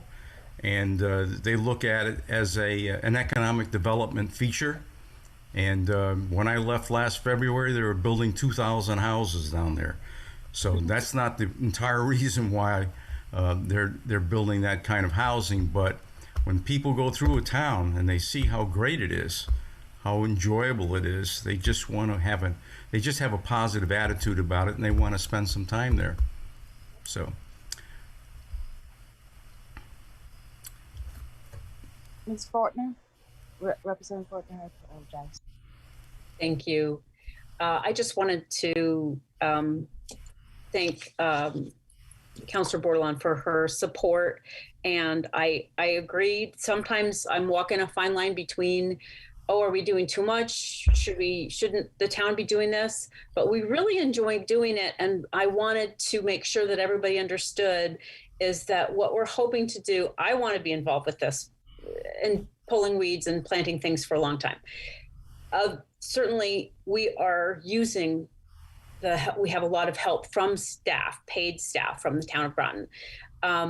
We're hoping to plant the seeds and get it started, and then hopefully the people will want it. You hate to put it out there first and say, oh, we want to spend extra money for plants or enhancing this and that. And for people that could be an easy thing to cut when it comes to budget time. I'm hoping that people will see the little things that we're starting to do, enjoy them, and then want more of it. So I see this as exactly what Bruce said, even on the plant side, as a public-private partnership where the town and the residents of the town are working together to enhance where we live. And then I'm hoping that the more we do of it, the more people pick up trash, the more they enhance where they live, or a business enhances where they live. It will hopefully just continue to feed on each other and get better and better. So that's how I see it. And I really appreciate everybody's support. Thank you. Councilor Franco? Thank you. And basically you covered what I was going to say in a sense, was the, private public relationship. Because I think it brings a lot more creativity and it brings more from the community input than just having town staff make decisions on maybe what or where things maybe should go. And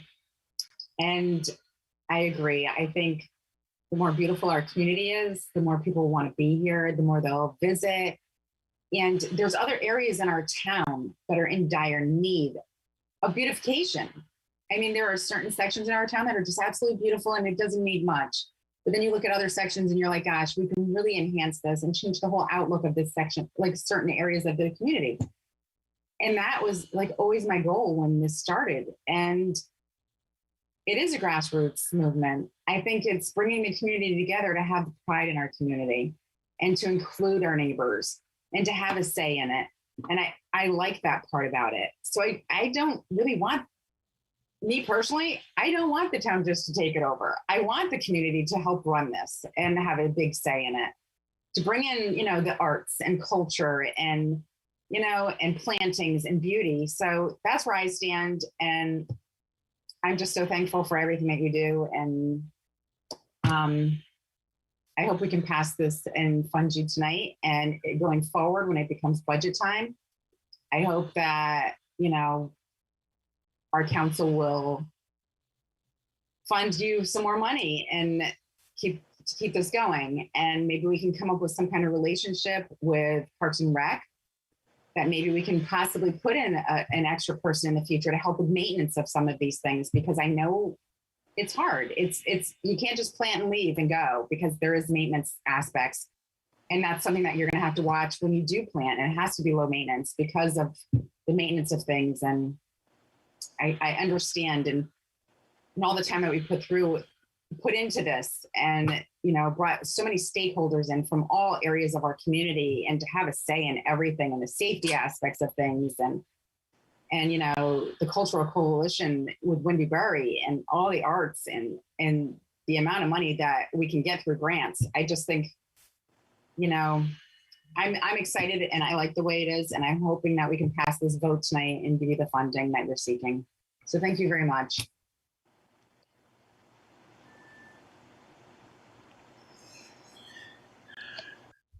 Councilor Bordelon, before you speak, I just need to make one comment or ask a question. Where would this 9,000 come from,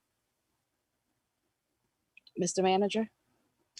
We would take it out of contingency, and then we don't have a fund set up for beautification. So we would, I'm sure, I want to discuss with Cindy, but ultimately it'll be the contingency going somewhere, probably a new beautification fund, but that'll be in the resolution.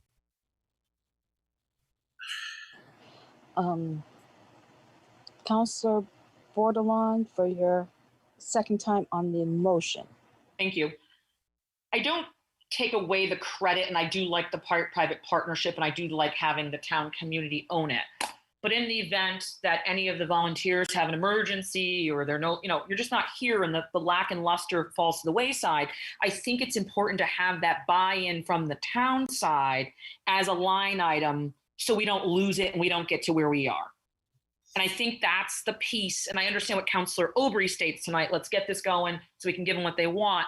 But to discuss this is important as giving it to them. I'm all for it. But I think we have to understand how we got where we are. So people that understand when I vote on this say, well, why did you give $9,000? This is why.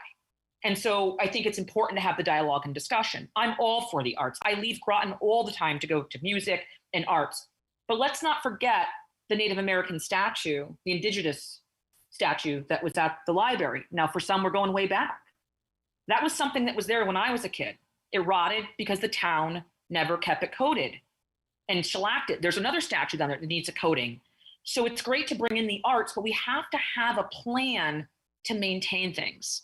We have to have a plan to move forward. I mean, Sydney Fortner, go pull those weeds, great, but God forbid, there's things that I lost that I couldn't do when I became sick that I was a volunteer for that I no longer can do physically anymore. And so I had to hand those over. And there's some things I was doing that they can't find the volunteers for. You know what I mean? There's a lapse now. It's been about a year. So we just have to have a buy-in from the town on some line somewhere moving forward.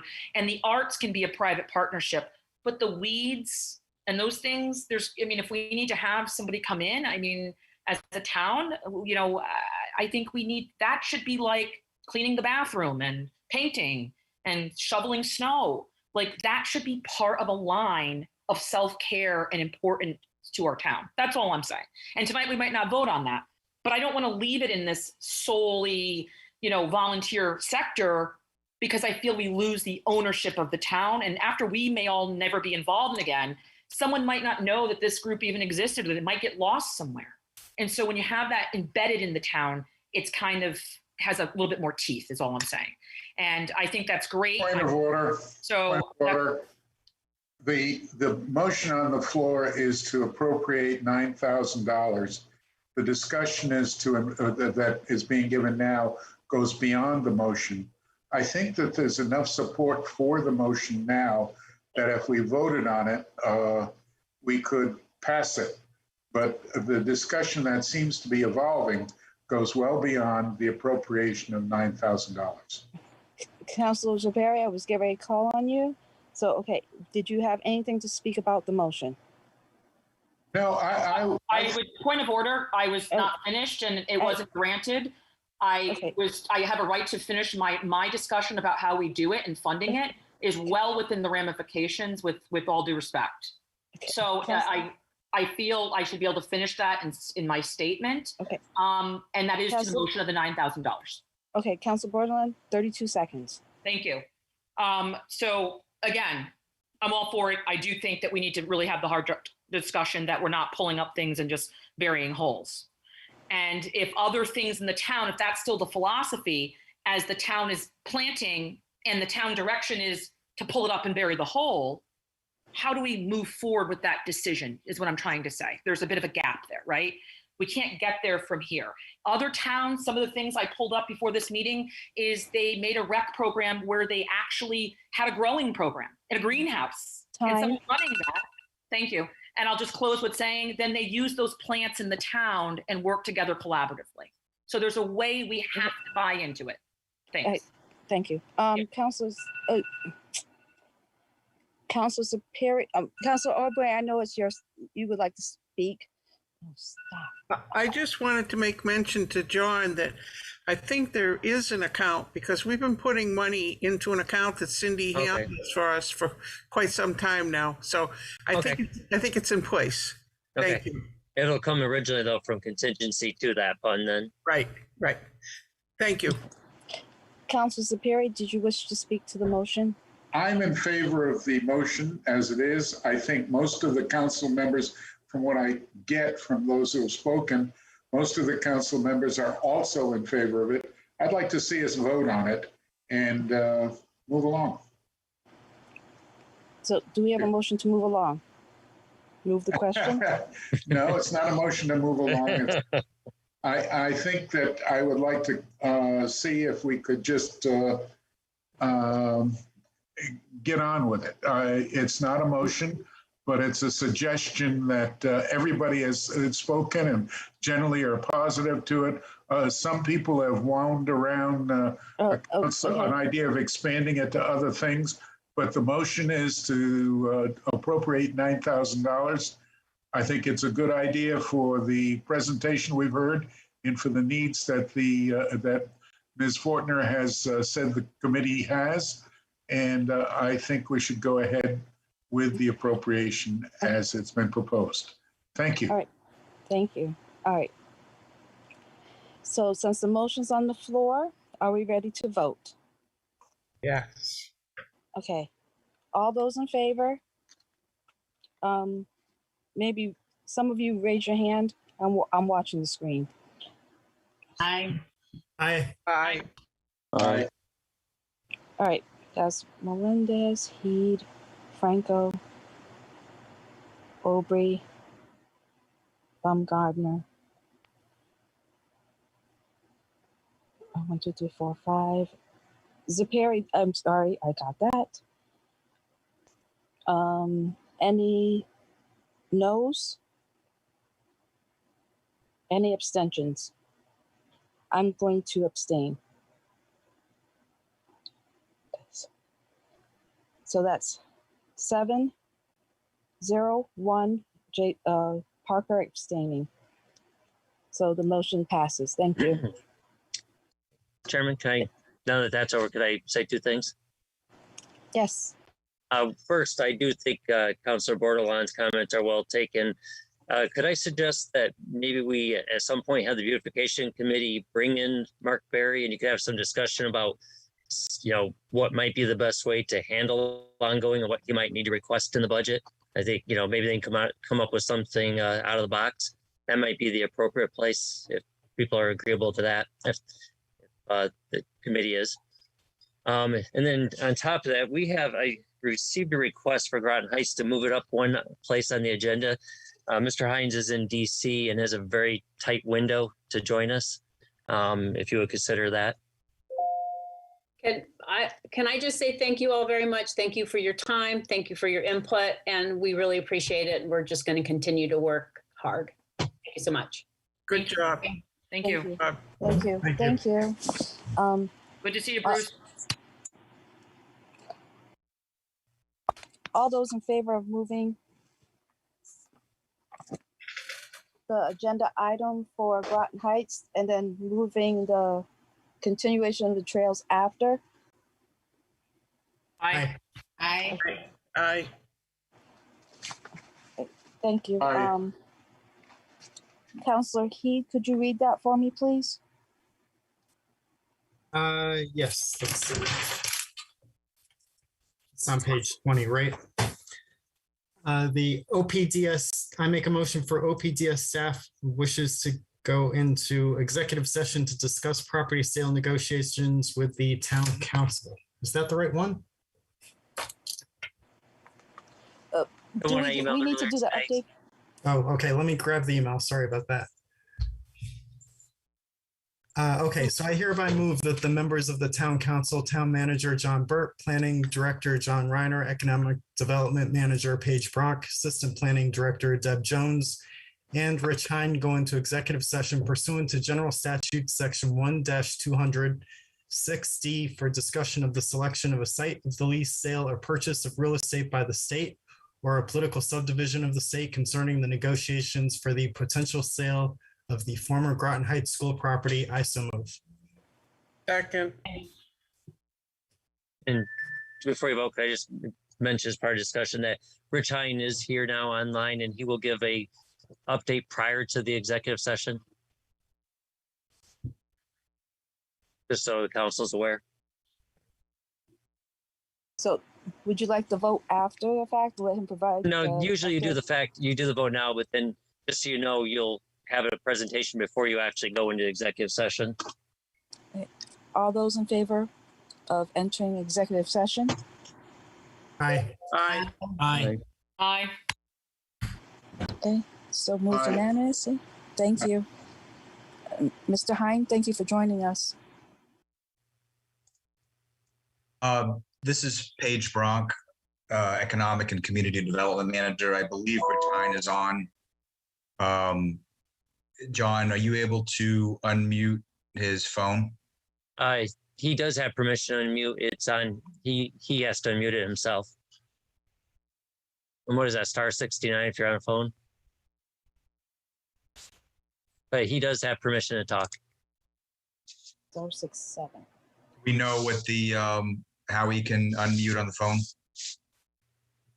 Did he try the *69? Not sure. Or is it *67?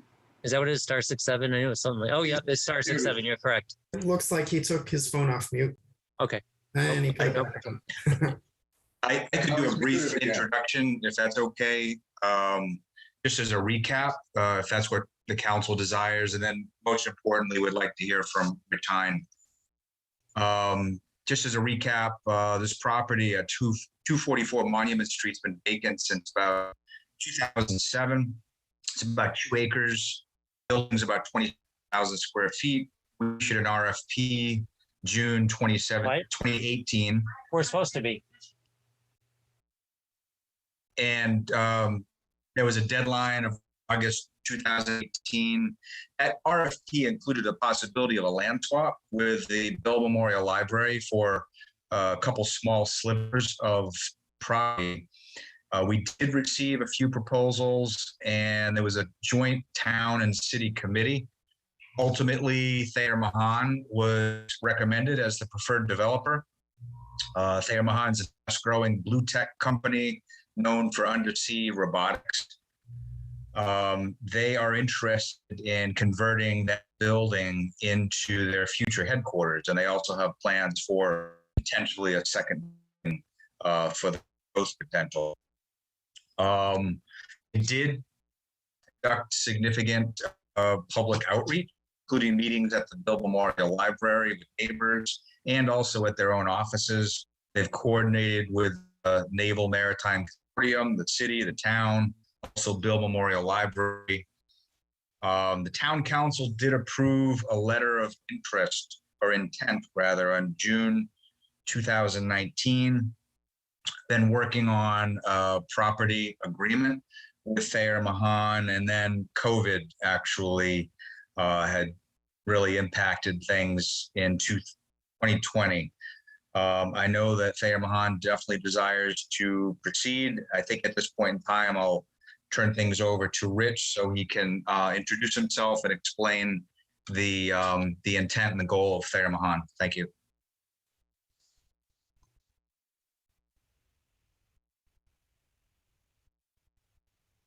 Mr. Hine, you need to hit star 67 again. You unmuted at one point, but you're remuted. There you go. Can you hear me now? Yes. Is that a yes? Are we in executive session? What? Are we in executive session, or is No, this is a public update before the executive session. Thank you. Okay. Sorry, this is a video meeting, but I'm out of town at an offshore wind conference, but I appreciate the board taking the time. Nice to virtually see or hear you all. But anyway, for those who may not know, my name is Richard Hine. I'm a co-founder and chief operating officer at Thayer Mahan, located at 120 Leonard Drive, Groton. We're a company that started in 2016 with 2 employees, my co-founder Mike Connor and myself. Over the last 5 years, we've grown to 70 employees. We have a terrific business. We signed a letter of intent to purchase and redevelop the Groton Heights School. I forget the dates, but Paige just recited the dates. Our intent is to redevelop and turn the building and the annexer gym into our corporate headquarters and R&D center to continue our marine robotics work and to service our growing company. Our primary markets are defense, autonomous systems, robotic systems and sensors, electronics, sonar, thermal imaging, et cetera, with primary customers being the U.S. Navy, Coast Guard, and other government entities. With a growing wind business, U.S. offshore wind. We work for several of the large wind developers, including Ørsted, who has a significant presence in town, or across the river, I should say. For that industry, we do precision seabed survey work, cable inspections, undersea infrastructure inspections, and we do acoustic monitoring and mitigation, which includes monitoring for the nearly extinct North Atlantic right whale during construction ops to protect the whale from harmful acoustic emanations from the construction activity. After 4 years of pretty remarkable growth, we took a bit of a step back starting in March of last year when COVID hit. We managed to survive that without laying off any employees. Took advantage of the 2 PPP loan programs, which were welcome relief. But we were on kind of this hockey stick trajectory, but last year's sales were flat. So 2020 or 2021 is essentially flat from 2019. But we're kind of back on track. We now have 14 patents. We've acquired 2 companies in the last 7 or 8 months, an acoustic services and science company located in Lexington, Massachusetts, and a small AI company, which is headquartered here in Groton. Like I said, we're at 70 employees. Our intent is to hire, our current projections show us at about 180 employees by the end of next year. So our facilities needs continue to grow. We appreciate the town's patience in letting us ride out this storm, so to speak. We didn't lose any work, but a lot of it was delayed because our customers weren't working when the government shut down and no one could travel. Put a significant damper in our ability to go to sea. We couldn't get ships because of COVID, et cetera. So we spent pretty much the last year and a half investing our own money in internal research and development, which puts us now at 14 patents. We have our own unmanned surface vehicle platform, significant AI presence, and made huge inroads in acoustic data modeling and labeling for the Navy and some other customers. We've been invited to join the World Economic Forum, which is a pretty prestigious group. We won Innovator of the Year from the Chamber of Commerce. So we're on the upswing and things are back on track. So we've reinitiated contract discussions with the town. We have 4, I'll say, nettlesome land/building issues that we're working through that will require a little bit of compromise on both parts, but no reason that I don't see this moving forward. So with that, I'll pause and see if there's any questions. Just understand some things that might be business sensitive, I would be more comfortable answering in executive session. So with that, I will stay around for executive session until dismissed. And if you have any questions you'd like to ask now, I'm available.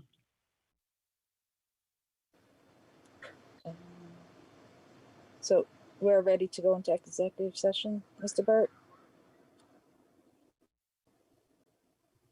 Oh, you're muted, sir. Can't hear you. Sorry. Sorry. Yes. Yes, we are ready, and typically take a couple-minute break, give people a chance to get off who are not part of the executive session, and they can get back on afterwards. So a 5-minute break. Come back at 8:35. Sounds Great. good. Thank you. Thank you. Should I hang up and redial in at 8:35? You're fine on here if you want to stay on. Okay, I'll just put myself on mute. Sure.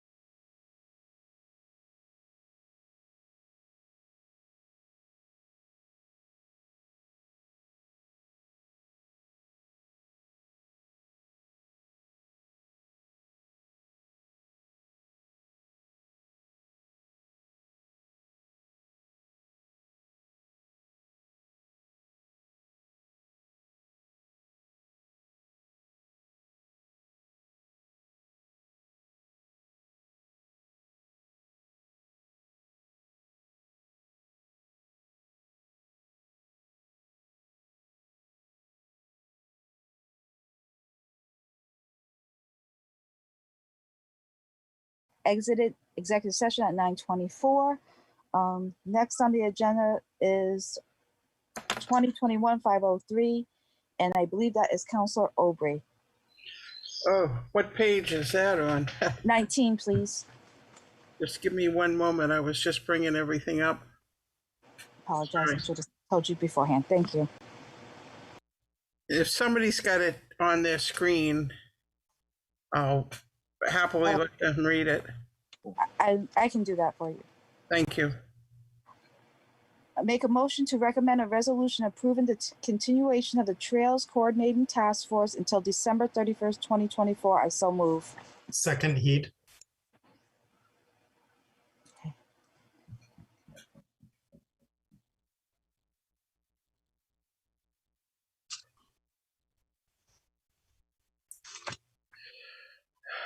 Sorry, I muted myself. Is this Mr. Barry?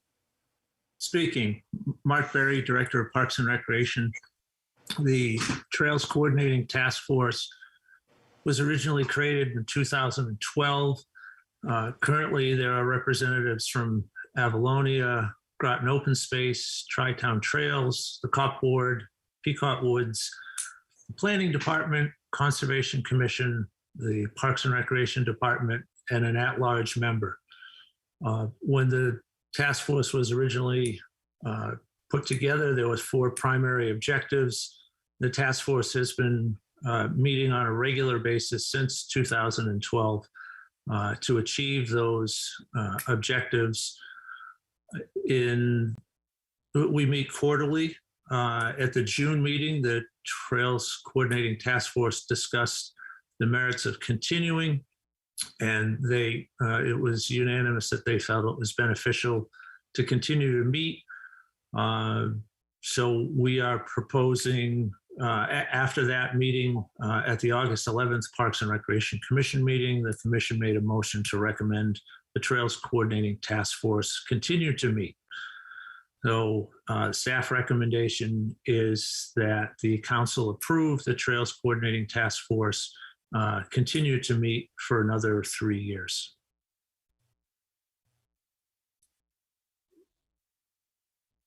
And I'm open to entertain any questions. Any counselors? Counselor Franco.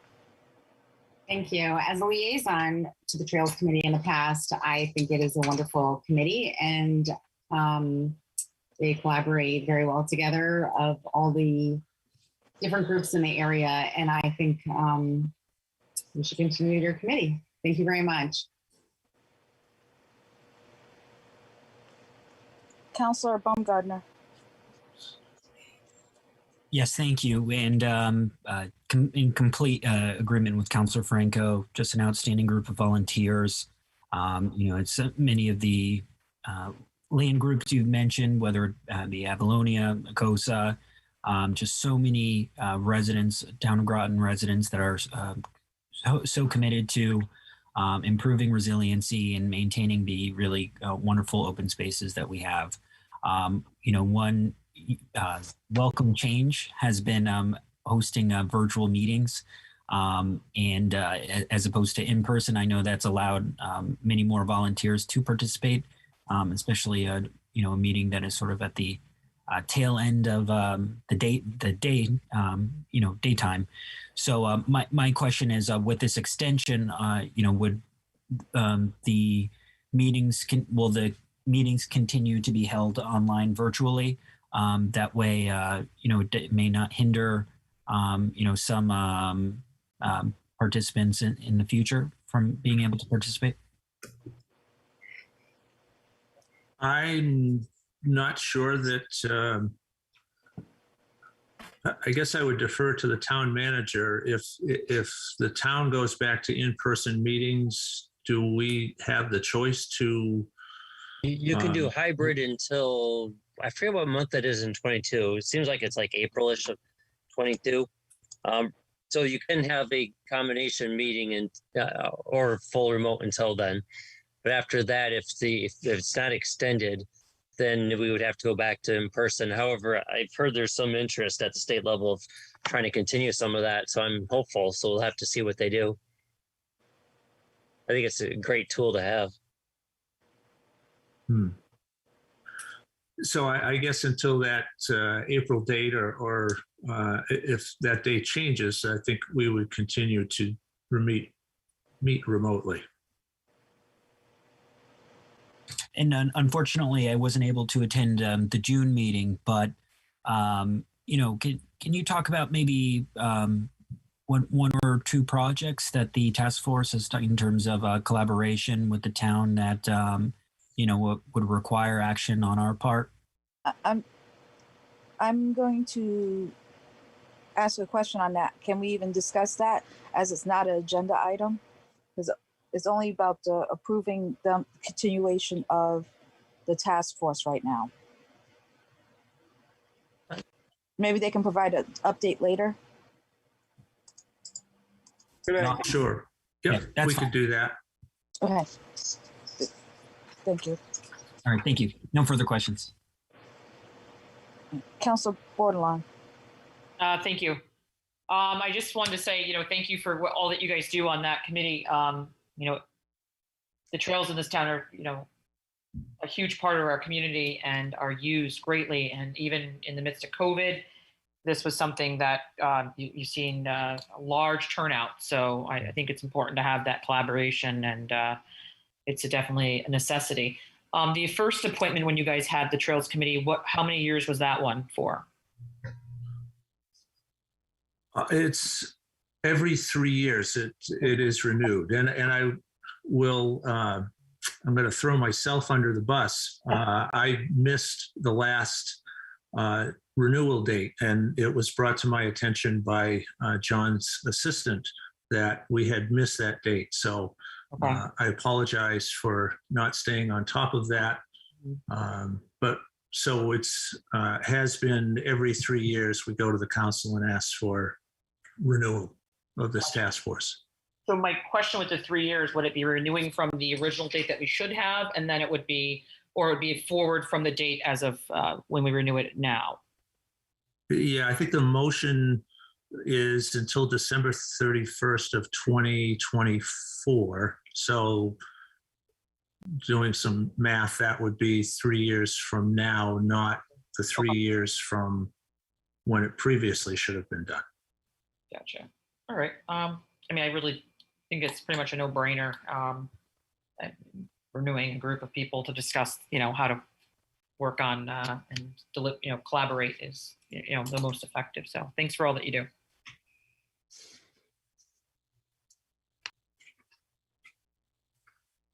Any other counselors?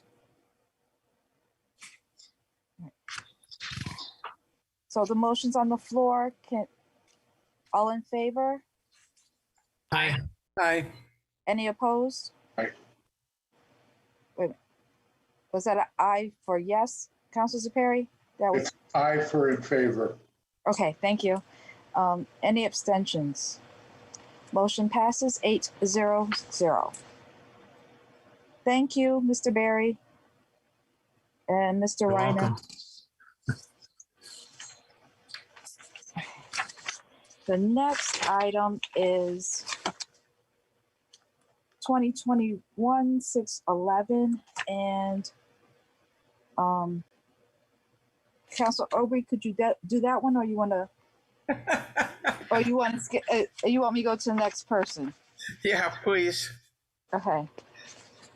There's no motion. I'm sorry. No Oh, it's motion. not a motion. Oh, that's right. It's a presentation. And who's on that? Let me go back to that page. This is a referral by Mr. Councilor Franco. You know, it might be good to have her state her intent of the referral. Okay. Councilor Franco. Thank you. So I'm bringing forward to the council today a referral regarding parks, specifically neighborhood parks and playgrounds. I would like the council to start a discussion and possibly look at some areas. For instance, SB Butler School is going to be closing. There's a neighborhood open space called Ramblebrook Park. And in the preceding pages in our packet show overhead views of this. And it's an open space. And I was, and just for clarification and full transparency, I do live in this neighborhood. SB Butler is a very highly used neighborhood school for the playground. And I was hoping that when the school is closed and whatever the town decides to do with it, we would still have a neighborhood park in this area and potentially move playground equipment from that school to the open space down in Ramblebrook Park, and which has accesses from 3 different points for people to access it. And potentially similar to Tanglewood, or I think it's Deerfield, maybe potentially put in a basketball court. We could possibly do that. I'm also asking for the west side of town, over near William Seeley School in Pleasant Valley, which is severely lacking any neighborhood parks, to put one in that neighborhood. Now, the town, I have been in contact with Mr. Burr on numerous occasions to discuss finding potential spaces over there. And I've gone on realtor.com. I have scoured the neighborhoods to see like what's for sale and what kind of open space. I found property that was a large open space area, and I was thinking maybe we could potentially buy that. And I brought that to Mr. Burt's attention, and come to find out that was the property that you have received as open space to the town and accepted it for a neighborhood that had not been built in the previous month. I also, there were 2 other there were 2 lots for sale for $64,000 per acre. There were two of them. And because the market is so quick, they were for sale for $64,000, and they went very quickly, and the town didn't have an opportunity to even possibly put a bid in because we don't have anything set up where the town could do this. So I was also wanting to start the discussion that could we potentially give the town permission to make a bid on any land that may come in for sale in that area that would be conducive to a neighborhood park. Maybe putting a cap on how much a bid could go in for per size, and have the bid contingent upon the approval of the town council and potentially the RTM. This way, maybe the town staff could look for land, put the bid in, possibly using the proceeds from the sale of Pleasant Valley and William Seeley. But we could create some neighborhood parks for those children in those neighborhoods, because I'm a big proponent of children being able to play in their own neighborhoods, with their friends in an open space.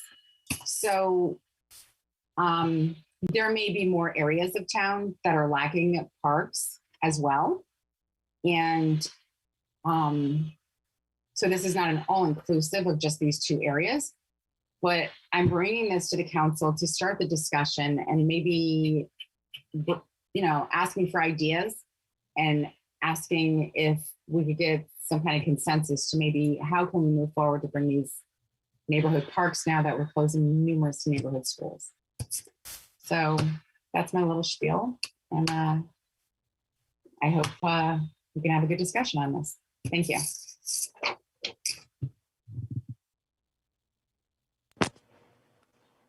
Does anyone have questions?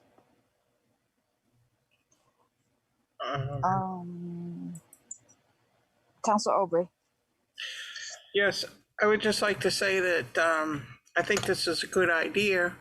We certainly have a desire by the part of the people that live in Groton to have good areas for our children, for baseball and all the other sports. And I think unless we begin to do something like what Rachel's talking about, there's probably a little chance of it happening.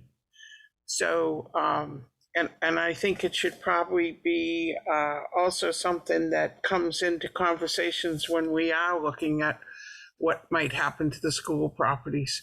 So I think it would be good in whatever manner is appropriate to begin some real conversations on this and see if we can't move it forward. Thank you. Are you, okay. Counselor Heat, I'm sorry, did someone have something to say? No, I yield the floor. Okay. Counselor Heed? Thank you. So yes, I also am in favor of doing something with parks in these neighborhoods, especially the ones hit by the schools, and doing it around town. So I think this would be a good place to start, and I support this this idea. Thanks.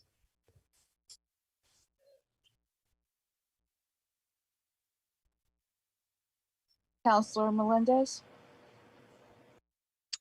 Thank you, Chairman Parker. Yes, I agree with Councilor Franco. This is a problem that I've heard from multiple people in that area of town, and I think we need to do something to address it. Like she said, it is highly unlikely that the town would be able to move through their entire approval process, before a vacant lot sells. So if we have to move through our entire approval process before we put a bid in, we're never gonna be able to purchase a plot of land of that size. So I think I agree with her idea of sort of setting up a system where the town can put up a bid, and then have that bid contingent on being approved by the council and the RTM. Thank you.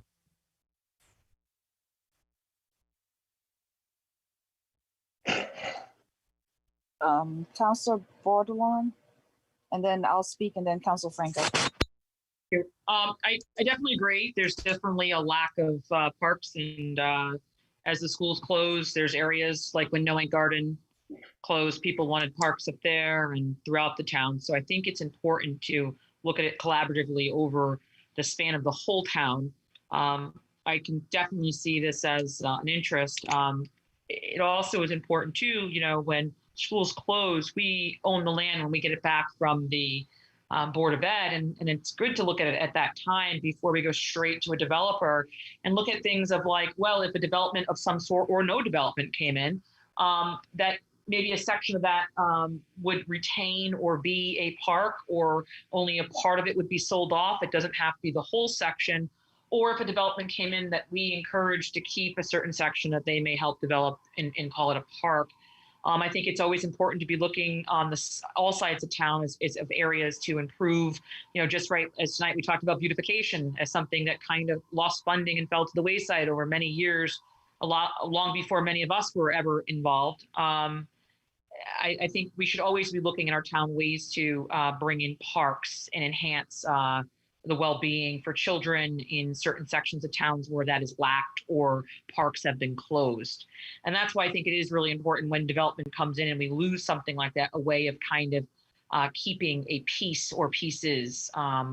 So yeah, I think this is something definitely to look at and keep in our mind, and keep looking as other schools start to close, and looking in areas that where children are lacking open space, like in this section in Butler, there is the Willowbrook and other areas that are open there. So that's great. And, looking at what can be there. It's not a huge parcel of land in SP Butler, but what things could be done there and what will development or not look like in the future. But also keeping in mind when we open and vacate buildings in areas that are much more urban, that we really make a plan in our town to make it a priority. So I can back that 100%. Thank you. Okay, my question would be for Mr. Reiner and Mr. Berry. It's actually probably a policy thing I want to ask. How would that go about? Do we develop a policy regarding parks? And can this be done legally? Can this be done that we bid on the property at I- the same time as other things. I just want to know. I hate to talk off the cuff on this. I want to bring our attorneys in right away on it. It would be a policy that would have to be put in place, but I think we have to really give some thought to the mechanics of it and bring Cindy into the discussion too. That was my question, is wondering how we would do that. And the other thing is, of course, Mark Berry, Parks and Rec or Public Works would be taking care of these properties. So that would increase what they're doing right now. We still would have to bring more people in. Am I thinking correctly? Correct. Okay, thank you. Councilor Franco? Yes, I forgot to mention, I have talked to somebody about playground equipment at schools that are going to be closing, and there is there's going to be a surplus of playground equipment. So if we could possibly acquire some land or find land that the town does currently own, some of this playground equipment, the surplus, can be moved to that. And in my conversations with Mr. Burr, and I don't want to speak for him, but he did say Public Works would probably be able to move that equipment. Is that correct, Mr. Burr? We just moved some, Mark, I forgot already where we got the community center playground set from. Was that Public Works that moved it?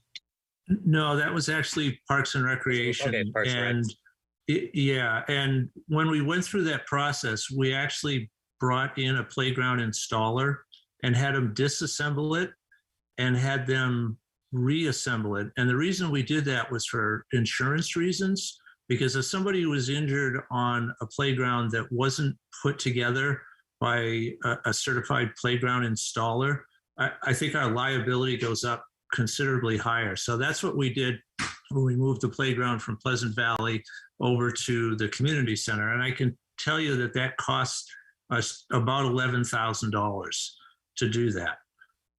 So there's going to be some expenses associated with doing it. We're not getting, while the playground may be free, moving it and installing it, there's costs associated with that. But still, and then there's also the cost of, the safety surface that we put underneath the playground, and some other expenses. Okay. But still considerably less than buying new equipment.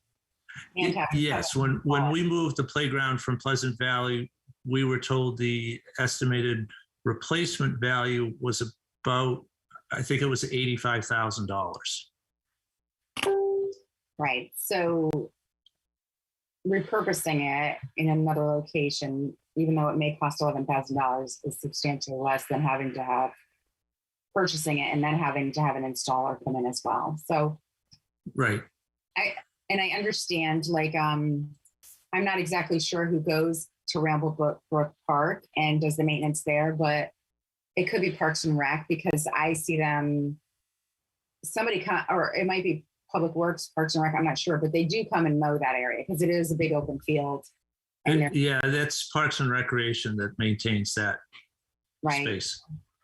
And I believe potentially you've gone down there and actually looked, and would it be conducive to putting playground equipment and potentially a basketball court? Do you think that's a good location? I mean, because this isn't my specialty. I just thought, here's an open field and there might be potentially a good. Sure. I actually have a couple of concerns. One that was brought to my attention by the planning department, in that, and I don't know if John Reiner's still on the call, but I believe that's wetlands that was filled as part of the development that took place in the 70s before they had more stringent wetland regulations. Yeah, sure. Correct, Mark. This is John. Okay. Yeah, you're correct. All right. Thanks, John. So, and in talking to the planning department, there's actually some underground drainage to try to get the water out of there. So I think, I don't want to say unequivocally, yes, we could do that. I would want to check to make sure that, you know, the water table, the last thing I want to do is put a playground in a wet area. You know, I think this, I forget which school has dealt with that issue in the past. And my other concern is the line of sight. You know, it's behind houses. It's not something that's out in the open. And as well, my kids are all grown up and married, but if I had young kids, I would want to make sure that I had a good line of sight to see them. So those are just a couple of my initial concerns. I'm not saying they're insurmountable, but just a couple of thoughts as, you know, we start to move forward. All right, I appreciate all that. Thank you very much. And I just, you know, I will let others speak and I'll yield the floor. Thank you very much. Councilor Baumgartner. Thank you, and thank you for putting this referral forward. You know, it's just so important that, you know, our council and our town remains committed to supporting and enhancing open space and expanding really recreational opportunities for all to enjoy in every corner of our neighborhood. And certainly, you know, as a former kid in Groton, you know, appreciated the many spaces that the town and city has offered, and would welcome any opportunity to, you know, to expand on that in the future. My question is, you know, obviously this referral is the placement of that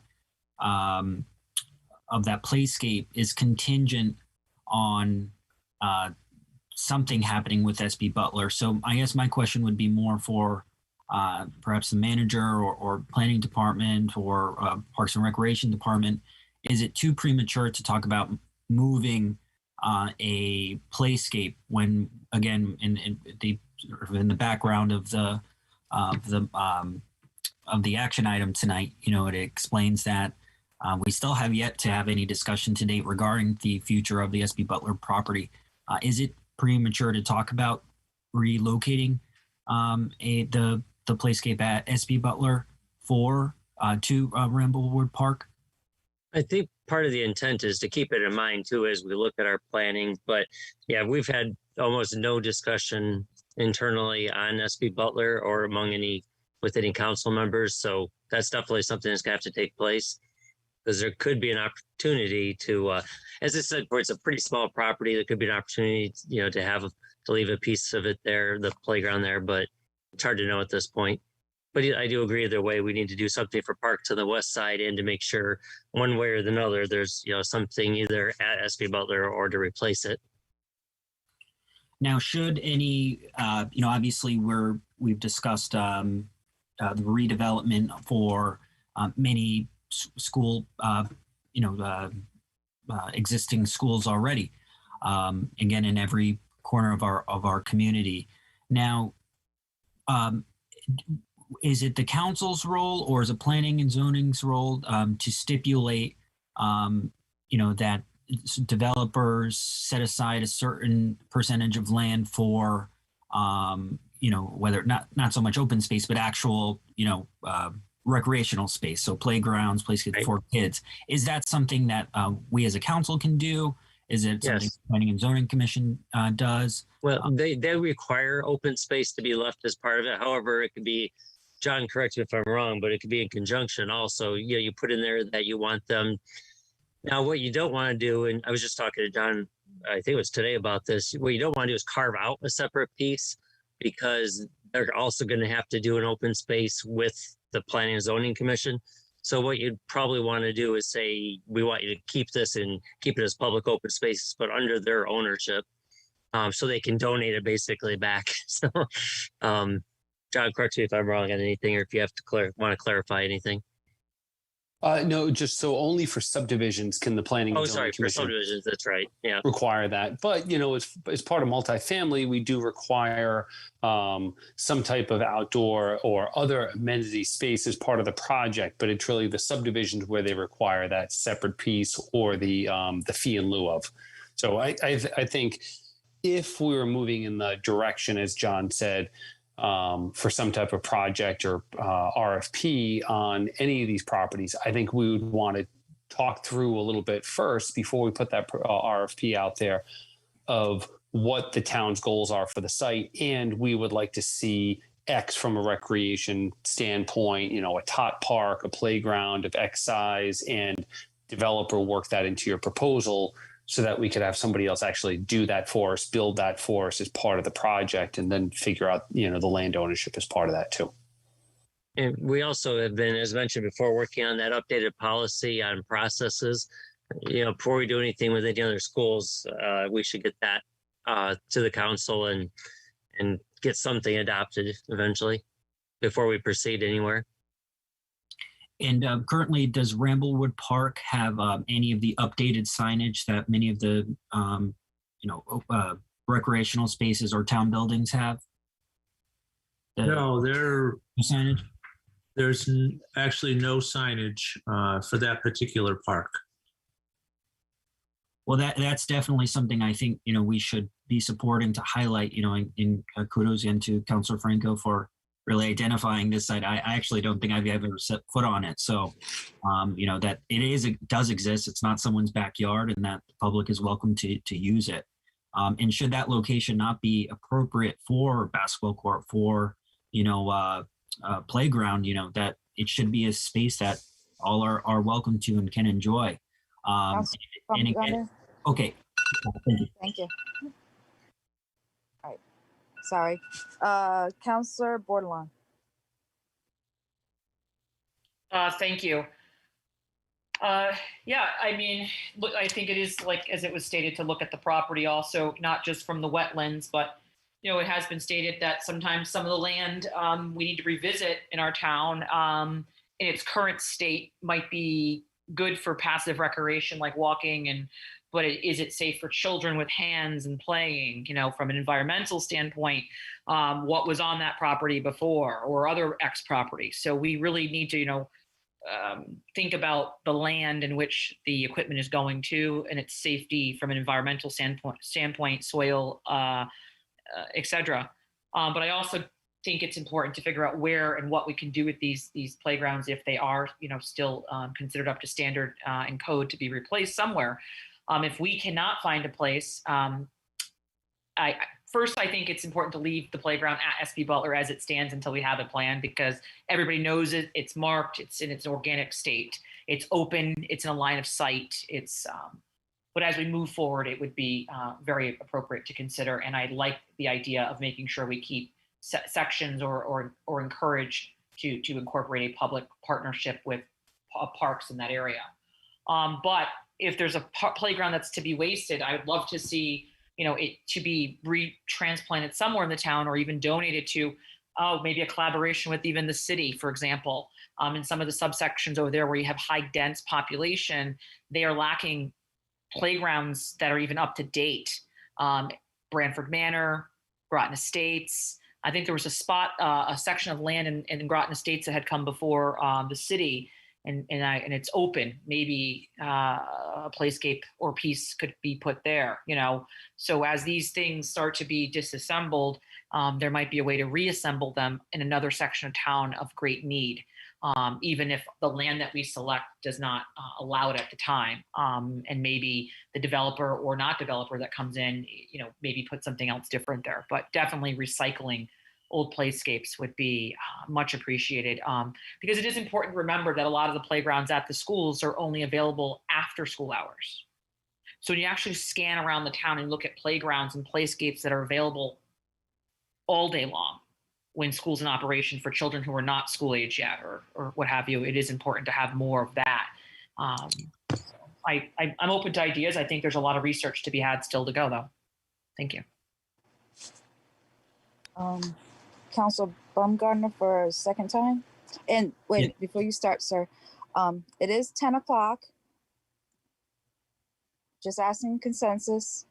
We still continue. We have one more item on the agenda, and I just want to remind everyone. Thank you.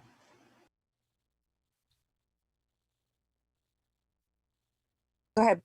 Are you looking Principal. for? Yes, no, and quickly, a shout out to our Parks and Recreation Department. Saw on Facebook a couple pictures of their, the newly updated basketball courts, and just outstanding job.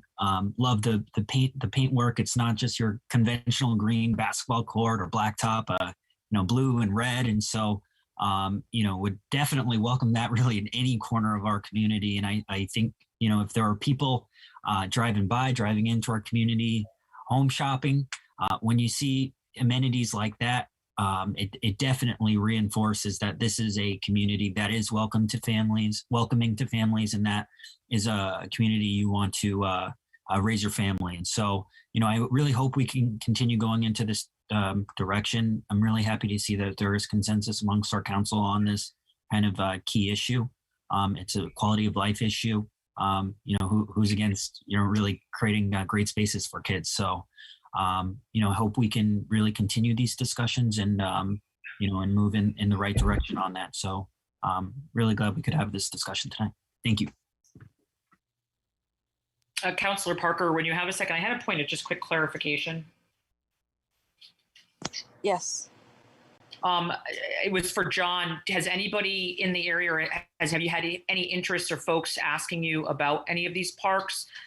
And is there any restrictions on the land and what it can be used for? I mean, I think it looks at broader discussion when we start to look at this, but I do think we should have some community outreach and ask folks what they envision starting now, before we move forward, before we get into an RFP or the land, start talking to see what people want. But has anyone reached out at all to express interest or thoughts on lands of these closing schools?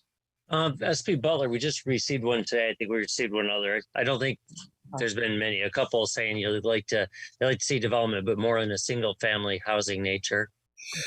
So John and Paige, have you heard it? Sorry. No, I was just going to ask, are we going to have any meetings where we're going to have a public outreach where they can come speak and talk about the closing schools and what they envision? That's part of, why I want to have you all review it, policy and tweak it how you want it. So, we wouldn't start anything with any schools until the council decides on the process. Yeah, but I think it would be, before we decide our process, I think it'd be nice to bring the community in. Council Bordelon? Yep. But I'm asking about the process. I think it'd be important to bring the community in so that we can hear what they're looking for, so that we can tweak what we think we need. Okay, thank you. So as of right now, it looks like we would like to see a policy looked at regarding parks, open space, and we're going to check into the wetlands of Bramblewood. If I'm understanding correctly, Mr. Burt? Let's say again. And we're checking into the policy, right? Which we're going to talk to attorneys and everyone else, and looking at Bramblewood and seeing about the wetlands about it, and if is that Mr. Reiner or Mr. Barry looking into that? It'll be a little bit of both of us. Okay, I kind of thought so. There's no motion on the floor, so is that all right with everyone that they look into additional information for us? I just wanted to add, Council Bordelon, hold that dot, let Council Franco go, and then I'll come back to you. Thank you. I just wanted to clarify. So the policy is regarding how we're going to put parks around the community, how we're going to sell our school property in relation to parks. I'm not exactly sure what that meant. I believe what she's talking about is what we had discussed earlier about having funds and the ability to put a bid on properties for parks. So I think that's what she's discussing, but we're also doing the policy on process of generally how to go about determining what to do with these properties. All right, so determining properties, the school property is a whole different subject because we're talking. Yep, that's totally, yep. we're talking about parks. So you're going to figure out a policy that we could potentially acquire land if necessary. Right. Look at Ramblebrook if that's possible. And I just wanted to make sure that there's one more thing, is how to have potentially a master plan of looking at parks throughout the whole community and where would be the best locations. And that might be Parks and Rec, that they could help assist the council in those type of the needs of, because I don't want to just start picking out properties and doing the willy-nilly. I'd like to have some type of master plan of where the needs truly are. And Parks and Rec knows probably more so than even we know. So those are the three sort of things that I was hoping for tonight. And there is a Sure. plan. It just, I think it's out of date now. Is that correct, Mr.? Like Mr. Barry, it needs to be updated. That is correct. The last time the master plan was done for the town of Groton was 2009. And I believe that I've put money in the FYE 23 CIP to update the master plan. And that master plan, when it was updated, one of the components of that would be looking again at level of service throughout the community, identifying those areas where level of service is low, and that would help guide the council and the town in determining what areas and even perhaps which parcels would best meet the need and kind of balance, make recreation equity across the entire community. Okay, and would it be possible that you have a Parks and Rec committee, is that correct? Yes, And there's a commission. If necessary, would they be able to assist us? I don't think that they have the expertise. They're citizens. One's a teacher, one's retired. Actually, two are retired. I don't know that they would have the expertise to put together a recreation master plan. No, not with a master plan. Just would they be able to assist us on anything? Like if we needed a committee to help us with some things, like to take over some decision making, like not decisions, but referrals or maybe outreach or things of that nature that. Yes, I mean, that's what the commission, that's why we have a commission to do those types of things. So absolutely, they would provide support. That would be wonderful. Thank you so much for everything. I appreciate it. And I'm really happy that the council has opened their arms and accepted this referral. Thank you, everybody. Council Bordelon. Yep. Thank you. This will be, wait. This will be a third time speaking. So I need a consensus from the group, please.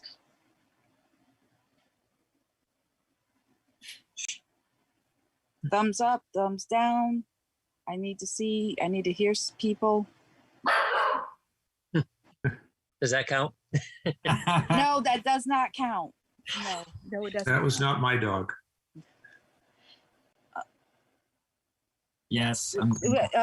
Okay, Counselor. Oops.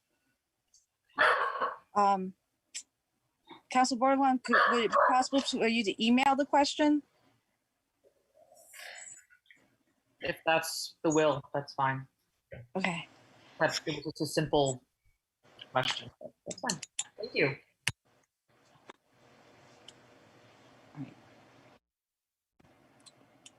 Thank you, Mr. Barry and Mr. Reiner, for being here. I believe we're going on to the next topic. And Okay. we all are still in agreement. Good night. Good night. Thanks. Good night. We're still in agreement to move forward with the last topic, correct? Which is the Civilian Review Board. And I'm trying to figure out who the next person is. That's the presentation.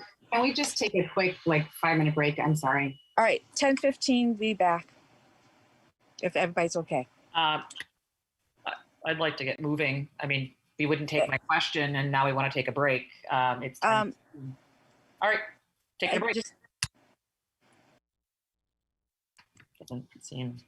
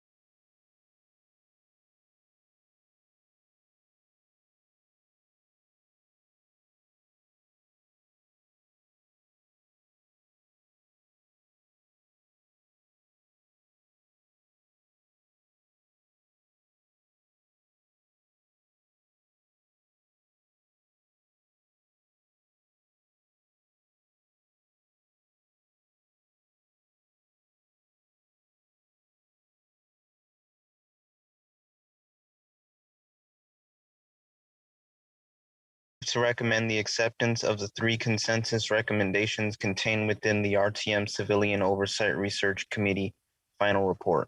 1. Civilian complaints and the associated findings should be visibly available on the town's website for the public to review.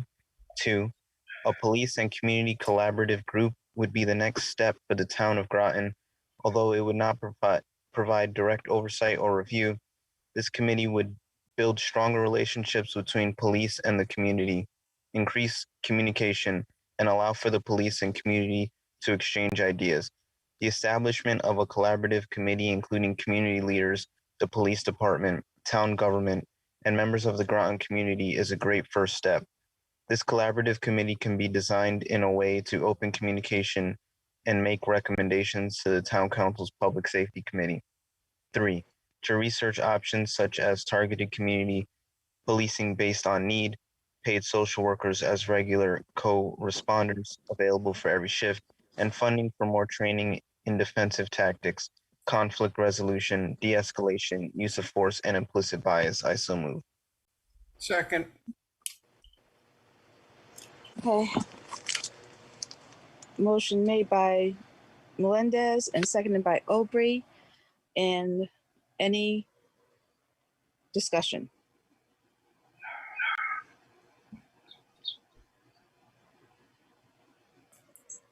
Counselor Zapiri and then Counselor Aubrey.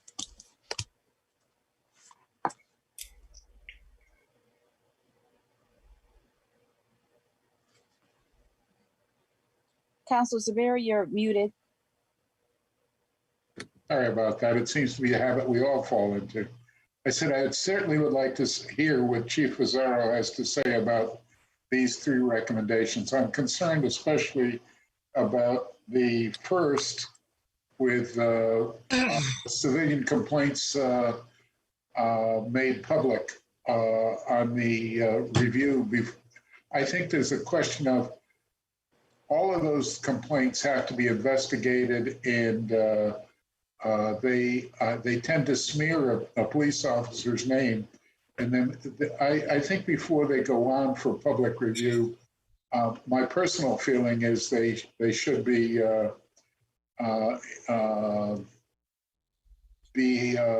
held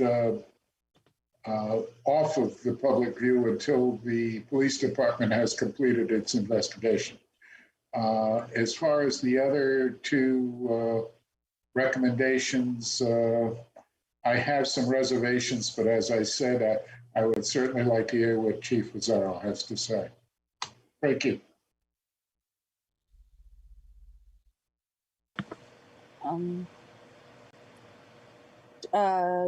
Chief Pizarro, did you want to speak to that, or would you like to hear questions from Counselor Aubrey first? No, go ahead, please. Okay. Chief Pizarro?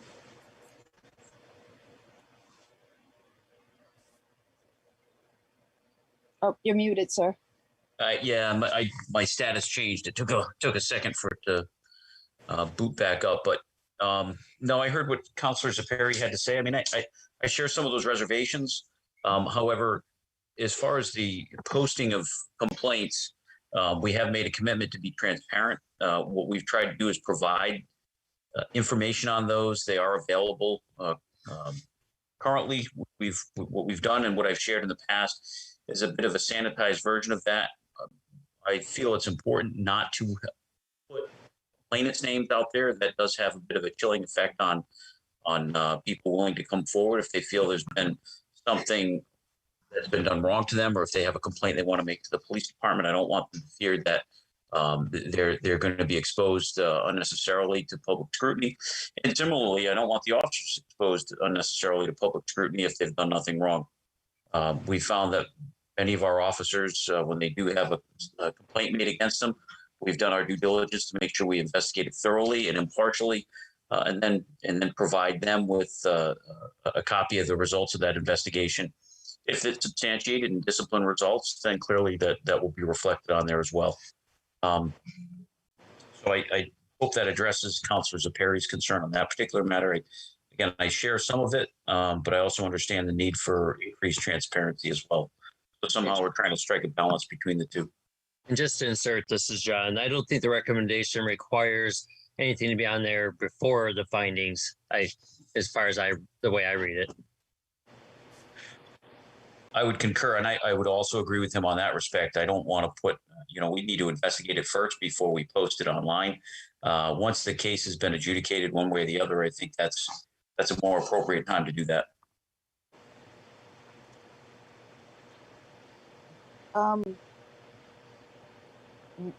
I believe I'm just going to follow up on Councilor Perry's thing. Were you concerned about 2 and 3?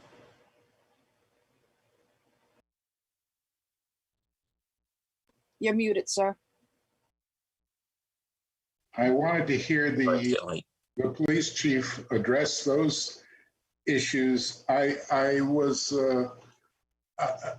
noticed in the course of this report, each of the people that were members of the committee wrote expressed their views, and I think you have to be. As I guess it was Ms. Cesari, her report impressed me that she's concerned about people who know nothing about policing and know nothing about the strains of policing making decisions over police officers. And I had hoped that the chief would explain his point of view on these and tell us how he would like to proceed with those recommendations. I do agree with you. I mean, I think that we need to have, we've talked about this at length in the past about what the mechanisms are in place right now. I report to the town manager reports to the council. We have various layers that we go through while we're doing an investigation. When complaints are made, there's other mechanisms that people can use to address their complaints with police or perceived misconduct or police use of force issues. We have those mechanisms in place. From what I read in these consensus recommendations, this number 2 doesn't provide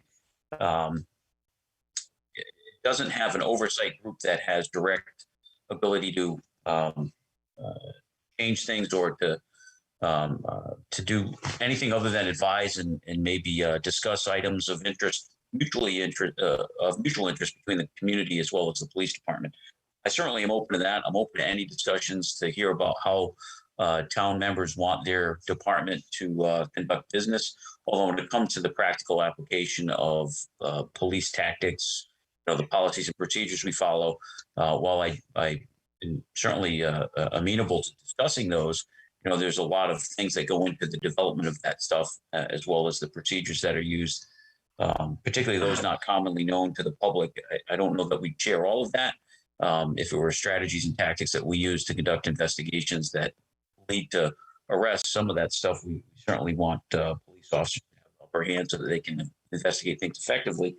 But as far as meeting with community groups, meeting with members of the public, having discussions about the police department, I've always been open to that. I'll remain open to that, whether it's an established group like this or it's things like we're doing, in September, the coffee with the chiefs. There's being out in the public or just entertaining people that have questions or concerns that come to the police department or seek to discuss that with any members of our command staff. 3, I do know, talk about research options, targeted community policing, paid social workers. Many of those things we've already implemented or in the process of implementing right now. We're always open to more funding for training, and this council, as well as councils before it, has been very good about providing those funds to the department in order for us to do that training. If there's community policing concerns or areas that need to be targeted by our officers or more engagement needs to take place in certain areas of town, I'm open to hearing that as well. I certainly wouldn't want to see anything more extreme. I think this may be a good first start. If it's the desire of the council that something needs to be done, that's that question I think is left to you, whether this is something you want to adopt or if you think it's maybe not necessary. But that is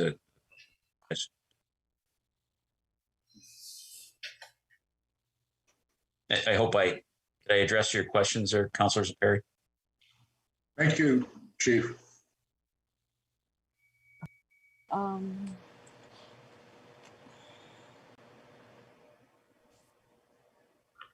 Give me 1 second, Counselor, or we have to reset. No problem. Okay, I'm ready. Okay.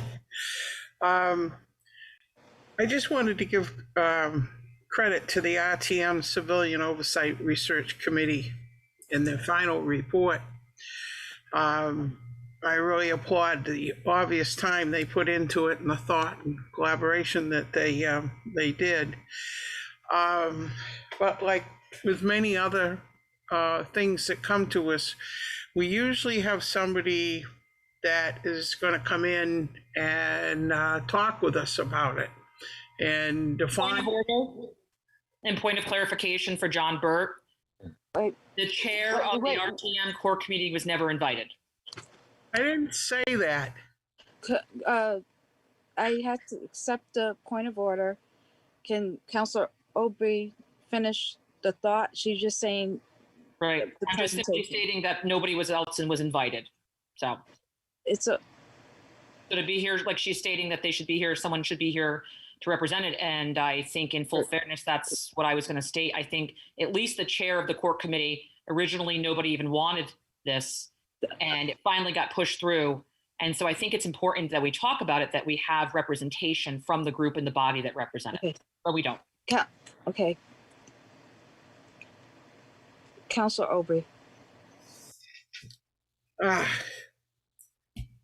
If I had been allowed to finish my thought, I don't care what has happened or what has or has not happened. I was saying that I thought that they had done a good job, had put their time into it. And I was suggesting that perhaps somebody from this group could be selected to come and talk with our council.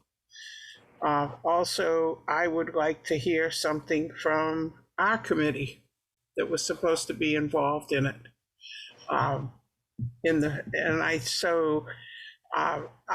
not comfortable with going forward with this tonight. I think that I don't have any real big problems with it, but it's not the way we usually do things, and so I'd like to do it appropriately.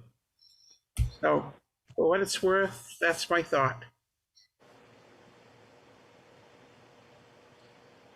Are you yielding the floor, Councilor? I yield the floor. I don't want to be interrupted anymore, so I yield the floor. Thank you. Councilor Bordelon. Yeah, I can agree with the Councilor Aubrey. I think there should be representation here. This core committee that was formed was a thought by Ian Thomas, who brought it forward. And there was rebuttal. There was ask to have a collaboration with the town council. That was rejected. And then the moderator graciously pushed this forward and the committee was formed, but it was a mere thought. And I think it does not do its due diligence tonight to not have the full representation here. And my understanding, the chair was not invited. And I think they need to be able to speak to that, because some of the questions that have come up from even Councilor Zafiri tonight is clearly stated in here. And if you watch the meeting from when it deliberated, it talked about that section. So I have trouble voting on this without proper representation tonight. Thank you. Councilor Baumgartner.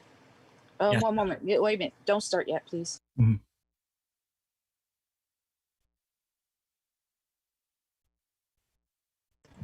Okay, I'm ready. Thank you, Councilor Parker. I'm going to have to concur with both Councilor Aubrey and Councilor Bordelon. As Chair of Public Safety Committee, I had no knowledge of this item even being placed on tonight's agenda. I thought it would have been far more appropriate to be able to invite key members of the core committee and those that were involved as part of that process to be involved in tonight's presentation and Q&A to engage in a nice colloquy amongst all present bodies. Certainly, Chief Asaro was intimately a part of many of those meetings, and thank you for coming out to them last year. Earlier this year, the Public Safety Committee, consisting of myself, Councillor Bordelon, at first Councillor Heed, and subsequently after his resignation, Councillor Franco, met extensively discussing different civilian policing oversight models in close collaboration with the core committee. And so I do think that it is not only important that the chair is here to explain the nuances of the report, kind of providing some of the background knowledge on it, but also even some of the core committee members. And that goes for core committee members of varying viewpoints. And again, this is a long deliberative process that was certainly emotional at times, but I think really provided a great venue to talk about the future of policing in Groton. And I think in a lot of those discussions truly did lead to the implementation of policies and policies that now the police department has embarked on with our support, such as supporting hiring social workers, which is an enormous departure from past precedents, I think, for most police departments really anywhere in not just our state, but nationally. So these are, I think we're moving in the right direction, but I do think we need to have a lot of more folks involved in the discussions tonight, especially considering it is an item that we are discussing after 10 o'clock. So I would like to have those members present to discuss this before we move this forward. I supported these recommendations. I think it is a great start, as the chief had started, but I really do believe we need to have some of the core committee members present to discuss their work, as well as we did vote to endorse their proposal.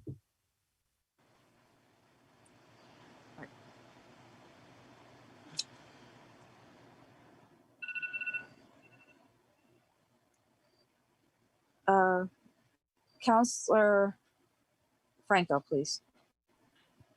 Thank you.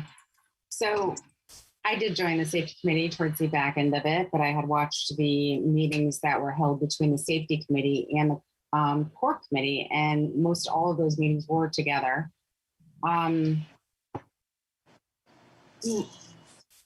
Chief Asaro, is the item number 1, is that being done at this moment? Items being placed on the website for public review? Yes. As you've already stated, item number 3 are things that we've already began to implement in our budget process. We've put a social worker on, we funded a social worker to go onto the police department. We funded additional defense training for conflict resolution, de-escalation, use of force, and implicit bias. And we are looking to do community policing. So those are items that have already been attained and began in our budget. So the only new item that's really coming to this council is item number 2, which is having a police and community collaborative group, which is the same as what's going on in the city, where residents can come out and talk to the police and discuss issues within their community and what kind of things that are going on with them.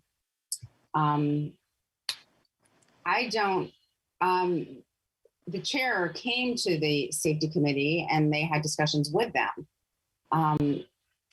So I don't know what difference that would make if they came here. The recommendation from the safety committee is to adopt these items. So I'm not sure how to prolong that and have a more discussion with them is going to change anything on how we move forward. The court came up with a consensus of things that they could agree upon.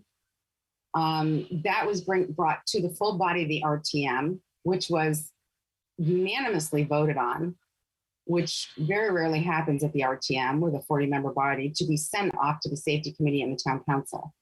Safety committee took it up. We debated for a 4-hour meeting, and we have brought it in favor to the council with 2 in favor and 1 abstained. So the only thing we're doing is basically saying what's new here is let's have a meeting with the community, with our police department, where the community can have a way to outreach to our police department with any kind of issues that they have. And these issues could be like, hey, there's crime in my neighborhood. How do I deal with this? Or there's things going on and I don't like this. How do I handle it? You know, I mean, there's plenty that can come from that kind of meeting. So I think we should just vote on it and go forward with it tonight, because there's nothing, I don't think it will bring anything new. Councilor Franco, time.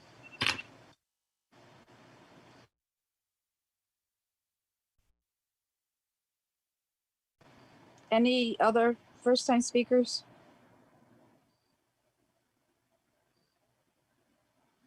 Are you raising your hand? Oh, okay. Any other discussion?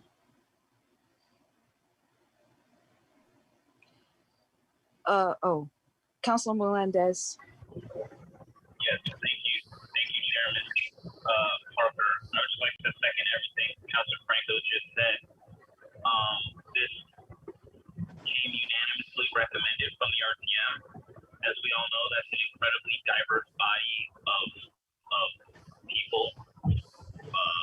Have lots of different opinions on lots of different things, and they recommended this unanimously. So I think that should be taken into high consideration. This came to our public safety committee, 2 votes in favor and only 1 abstention. So this has gone through, 2 different bodies, over 40 different individuals. No one has voted against it. I don't see why we would stall in the implementation of it, especially considering most of it has already been implemented already, as well as we have the chief here and he doesn't seem to take issue with it. So I have no problem with moving forward with this.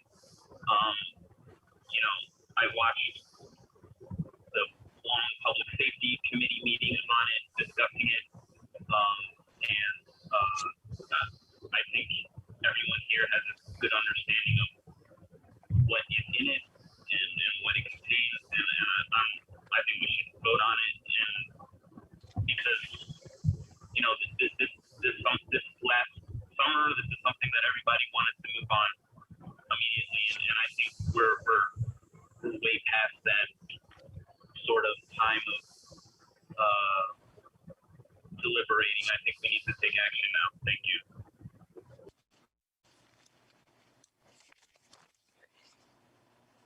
Before I get to second-time speakers, I'm going to go to the first-time speakers. Councilor Heath. Thank you. So I would like to echo Councilor Franco and Councilor Melendez on this issue. I think, especially since we've already basically enacted recommendations 1 and 3, the only remaining one is number 2. And I think we can keep talking about this. I don't have any objection to, continuing to talk about this and looking for new ways that go about, but maybe by putting in the PACT agreement, maybe that's the form that happens and we can all participate in that. So I'm in favor of voting in favor of this tonight, moving forward. And I yield the floor. Okay.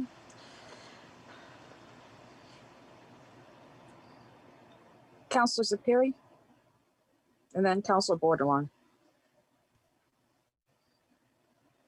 Councilor Zapiri, unmute, please.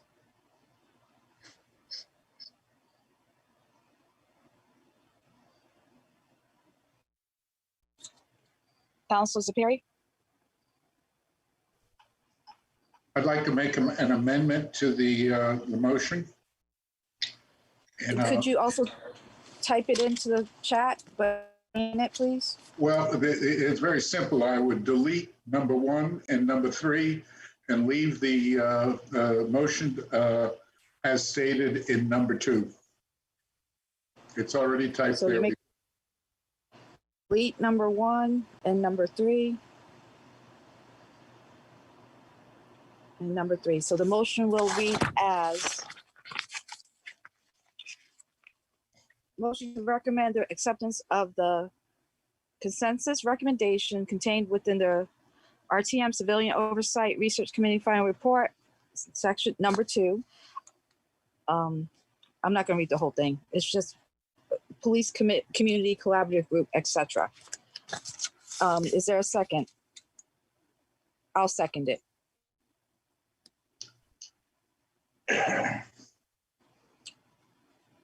So we have a motion on the floor. Any discussion on this item? Councilor Superior, you still have Madam Chairman, time. You still have time. do I still have the floor? Yes. I think that this has been discussed. It seems to be a consensus of the people who've discussed it already, that civilian complaints associated with the findings are made public after they've been investigated. And the special provisions of social workers with the police department has already been addressed. So the one thing that this committee has recommended is number 2, a police and community collaborative group. And I think that has the most promise of what people are clamoring for in transparency and in interaction between the community and the police department. So I think it would be good to go forward with number 2, but the other 2, as we've discussed, seem to be superfluous and in some respects harmful. Thank you. Before second time around, I'm going to take my chance to speak. We've, as Council Superior stated and Chief Fazzaro stated, number 1's already being implemented. And I believe a lot of things have to go by what the state's requiring of the police departments. With the addition of HB 604, number 3 has to be implemented with the training and de-escalation and conflict resolution tactics. So we do not need, I shouldn't say we do not need to have it. We need to have it, but it's already being handled by the state for each police department in Connecticut to do this, the training and everything else. So, and we already approved a position for the social workers. So I'm in agreement with Council Superior that number 2 needs to be implemented. The other 2 have already been done. Thank you.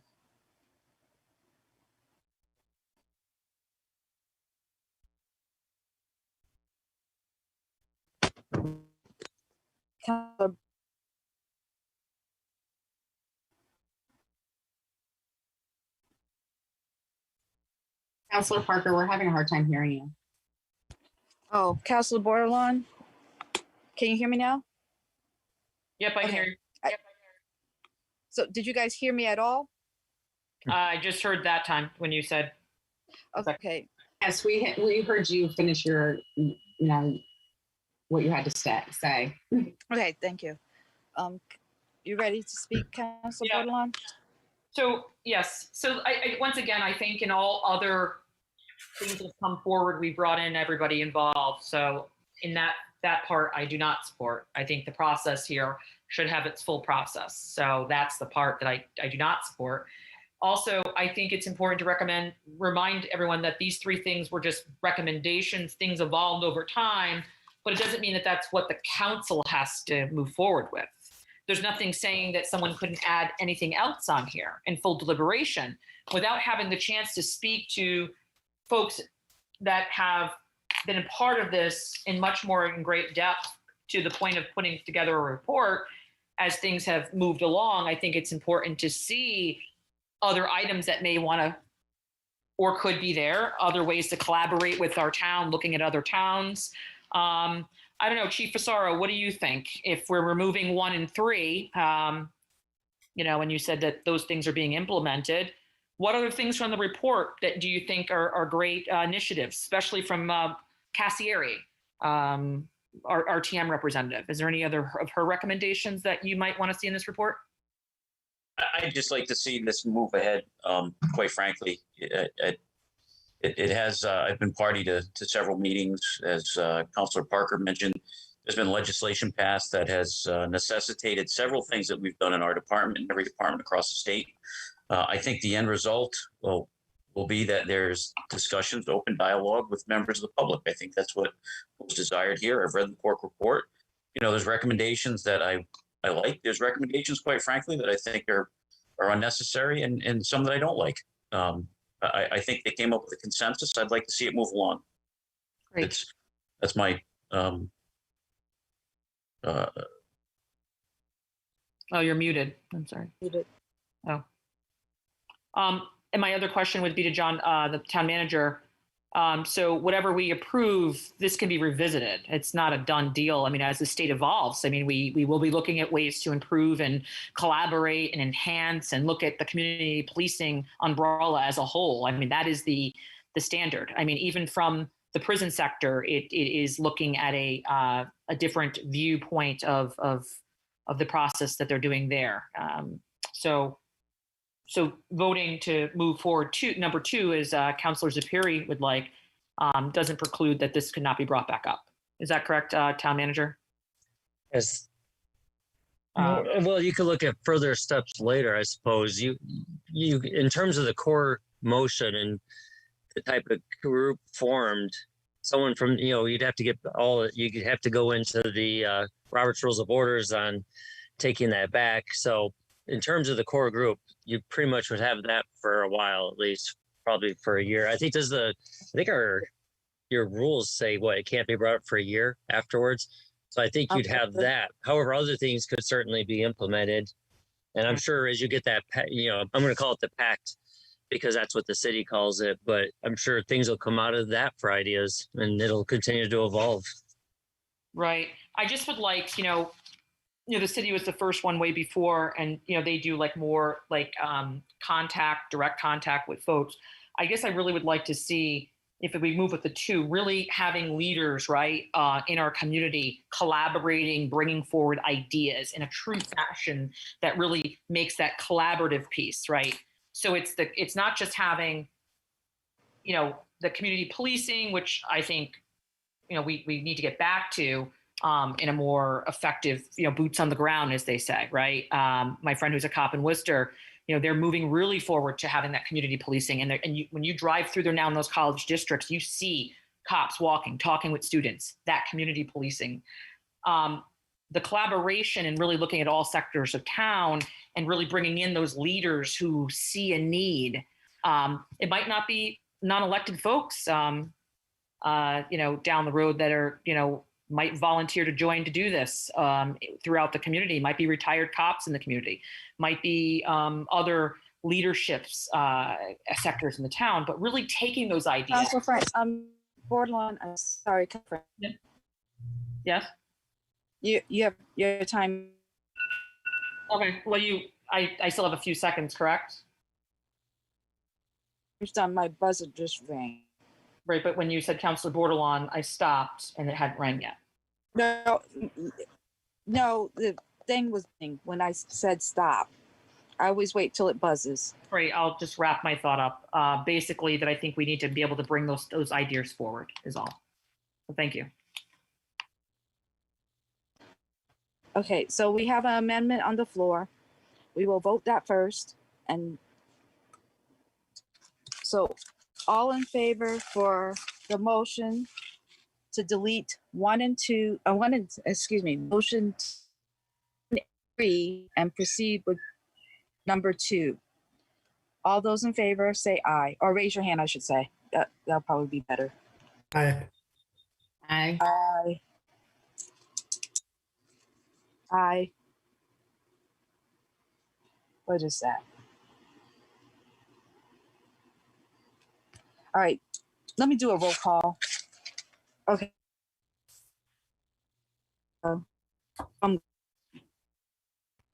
No.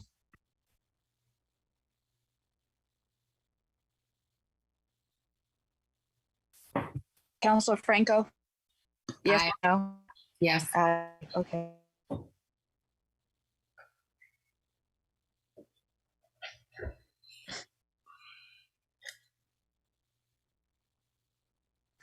Counselor Heed? Aye. Aye, okay. Counselor Aubrey?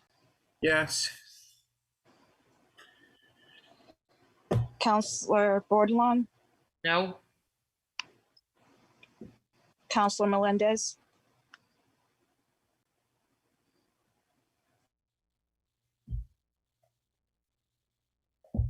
Counselor Melendez is on mute.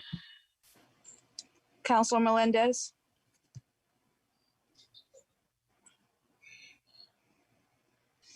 All right, skip him. And Counselor Zapiri? Aye.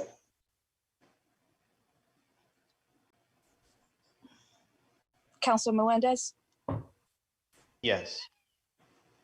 And Counselor Parker is a yes.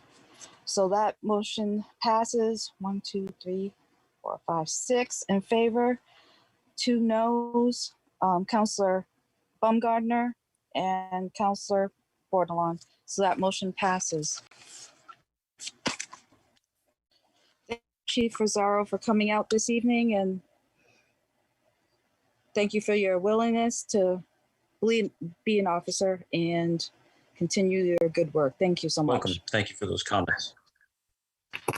Thank you. Thank you. Counselor Aubrey, did you have something? No, I'm sorry, I forgot to take my hand down. Yes, make a motion that we adjourn. Second. Motion to adjourn by Counselor Aubrey and seconded by Heed. All in favor? Aye. Aye. Aye. Rachel's got something else to say, I can tell. All right, so that's 3 so far that said aye. Okay, that motion does not pass right now. So that means the other say. Okay, that's 3 yes. Some of us can go and some of us can stay. Well, we won't have a quorum if we all leave. Oh, other business. All right, Counselor, it goes Baumgart, Counselor Franco, and Counselor Zapiri. Counselor Baumgardner. Yes, quick question for our manager. It is my understanding that we submitted a letter to Respler more than 30 days ago, and I know our 30 days has been up. We have received several email correspondences since then from the town. And my question is, when do we plan on discussing that? And is it true that that letter is not subjected to, or their response is not subject to FOI? That was our attorney's opinion. It is going to be on the September 7th, I think, agenda. Yeah, September 7th agenda, which is the next council meeting. I've asked the attorneys to relook at that, though. That was their opinion. They had highly recommended that it not be distributed. However, I've asked them to relook at that. I would strongly advise that we do relook at that. Again, just given the magnitude of this project, you know, I think if the public is asking for it and we are in receipt of it, the public should have access to that document. So that is my opinion. I'm not a lawyer. Again, it's my opinion for what it's worth. But I just wanted to state that on the record. Thank you. Franco. Thank you. Mr. Burt, would you please discuss what's going on with the mask mandate regarding the state guidelines and the manager's authority? There's been much discussion on social media regarding what the manager's authority is in relation to the state guidelines. Sure, and I do think that's calmed down a bit because I did put out information out there on the justification. Is very clear cut. The executive order says that the chief executive officer has the complete authority. And then the town charter says the chief executive officer is myself. Appreciate that. Thank you so much.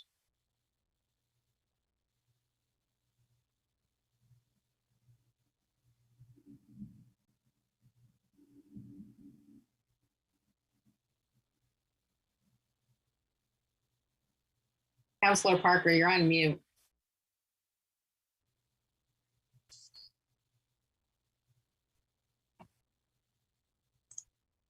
Sorry about that. I got knocked out. Okay.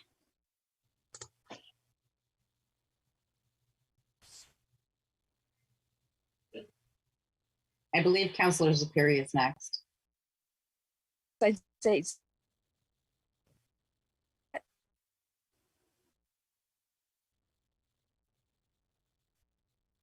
Here.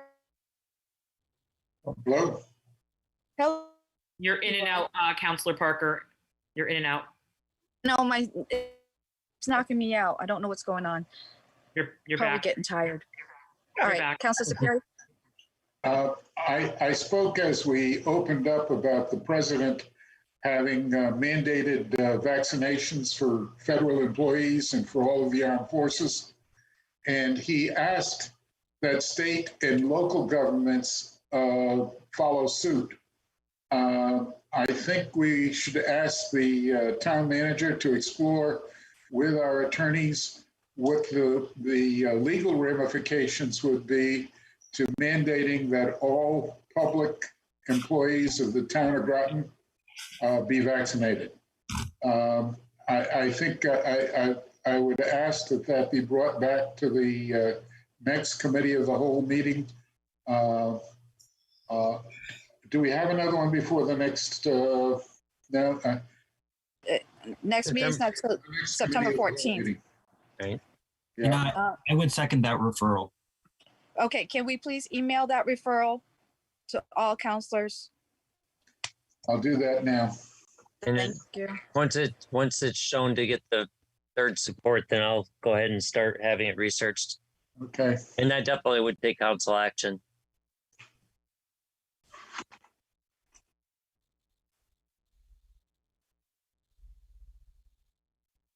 All set, Councilor Zephyr? I'm trying to get my computer to work. It doesn't. I'm in the section on chat, and no, we need it via email, sir. I'm sorry. Via email. Okay, I will send it via email, and then you'll have it before the next. Mr. Burt will have it by tomorrow. All right, thank you, Councilor Bordelon. Thank you. I also support Councilor Baumgartner. Also, I feel like the September 7th document, it would be nice to move that along or have a meeting in a more bit sooner, but obviously now, since this meeting is passed, we cannot. I do think if it's able to be public, it should be. I did see some towns starting to recommend, based on what Councilor Zephyr just stated, for first responders in the town and town officials and things like that, as far as the vaccination mandate. So I did see some of that stuff in other towns starting to happen. So I could support Councilor Zephyri's referral as well, and I'll wait for it to come through. Also, the 14th is also our primary. I wanted to ask John Burt if that would be appropriate to have a council meeting, since we're all running in a primary. Should we still have a meeting on that date? Or is that something we'd have to send in an email and get consensus or approval to move that meeting? I think you would need consensus. It definitely would take the council to decide that. Is that something? You wouldn't really do a referral because you have to have a meeting to take the referral up. So really, you put it out there and just get. I think I would want to run it by the mayor on how she wants to handle it. But my guess is she'd want to hear from 5 members of the council that they would like to change that meeting or cancel it. Okay. I can, if you send an email out, if that's possible, then we can go from there. Perfect. Thank you. Any other business? I will accept a motion to adjourn. So moved. All right. Franco. Okay, Zephyr and Franco, all in favor? Aye. All right. Thank you, guys. We are adjourned at And everyone. Good night, John Boy. Night. 11:01. Good night. 11:01. And everyone. Night. Good night.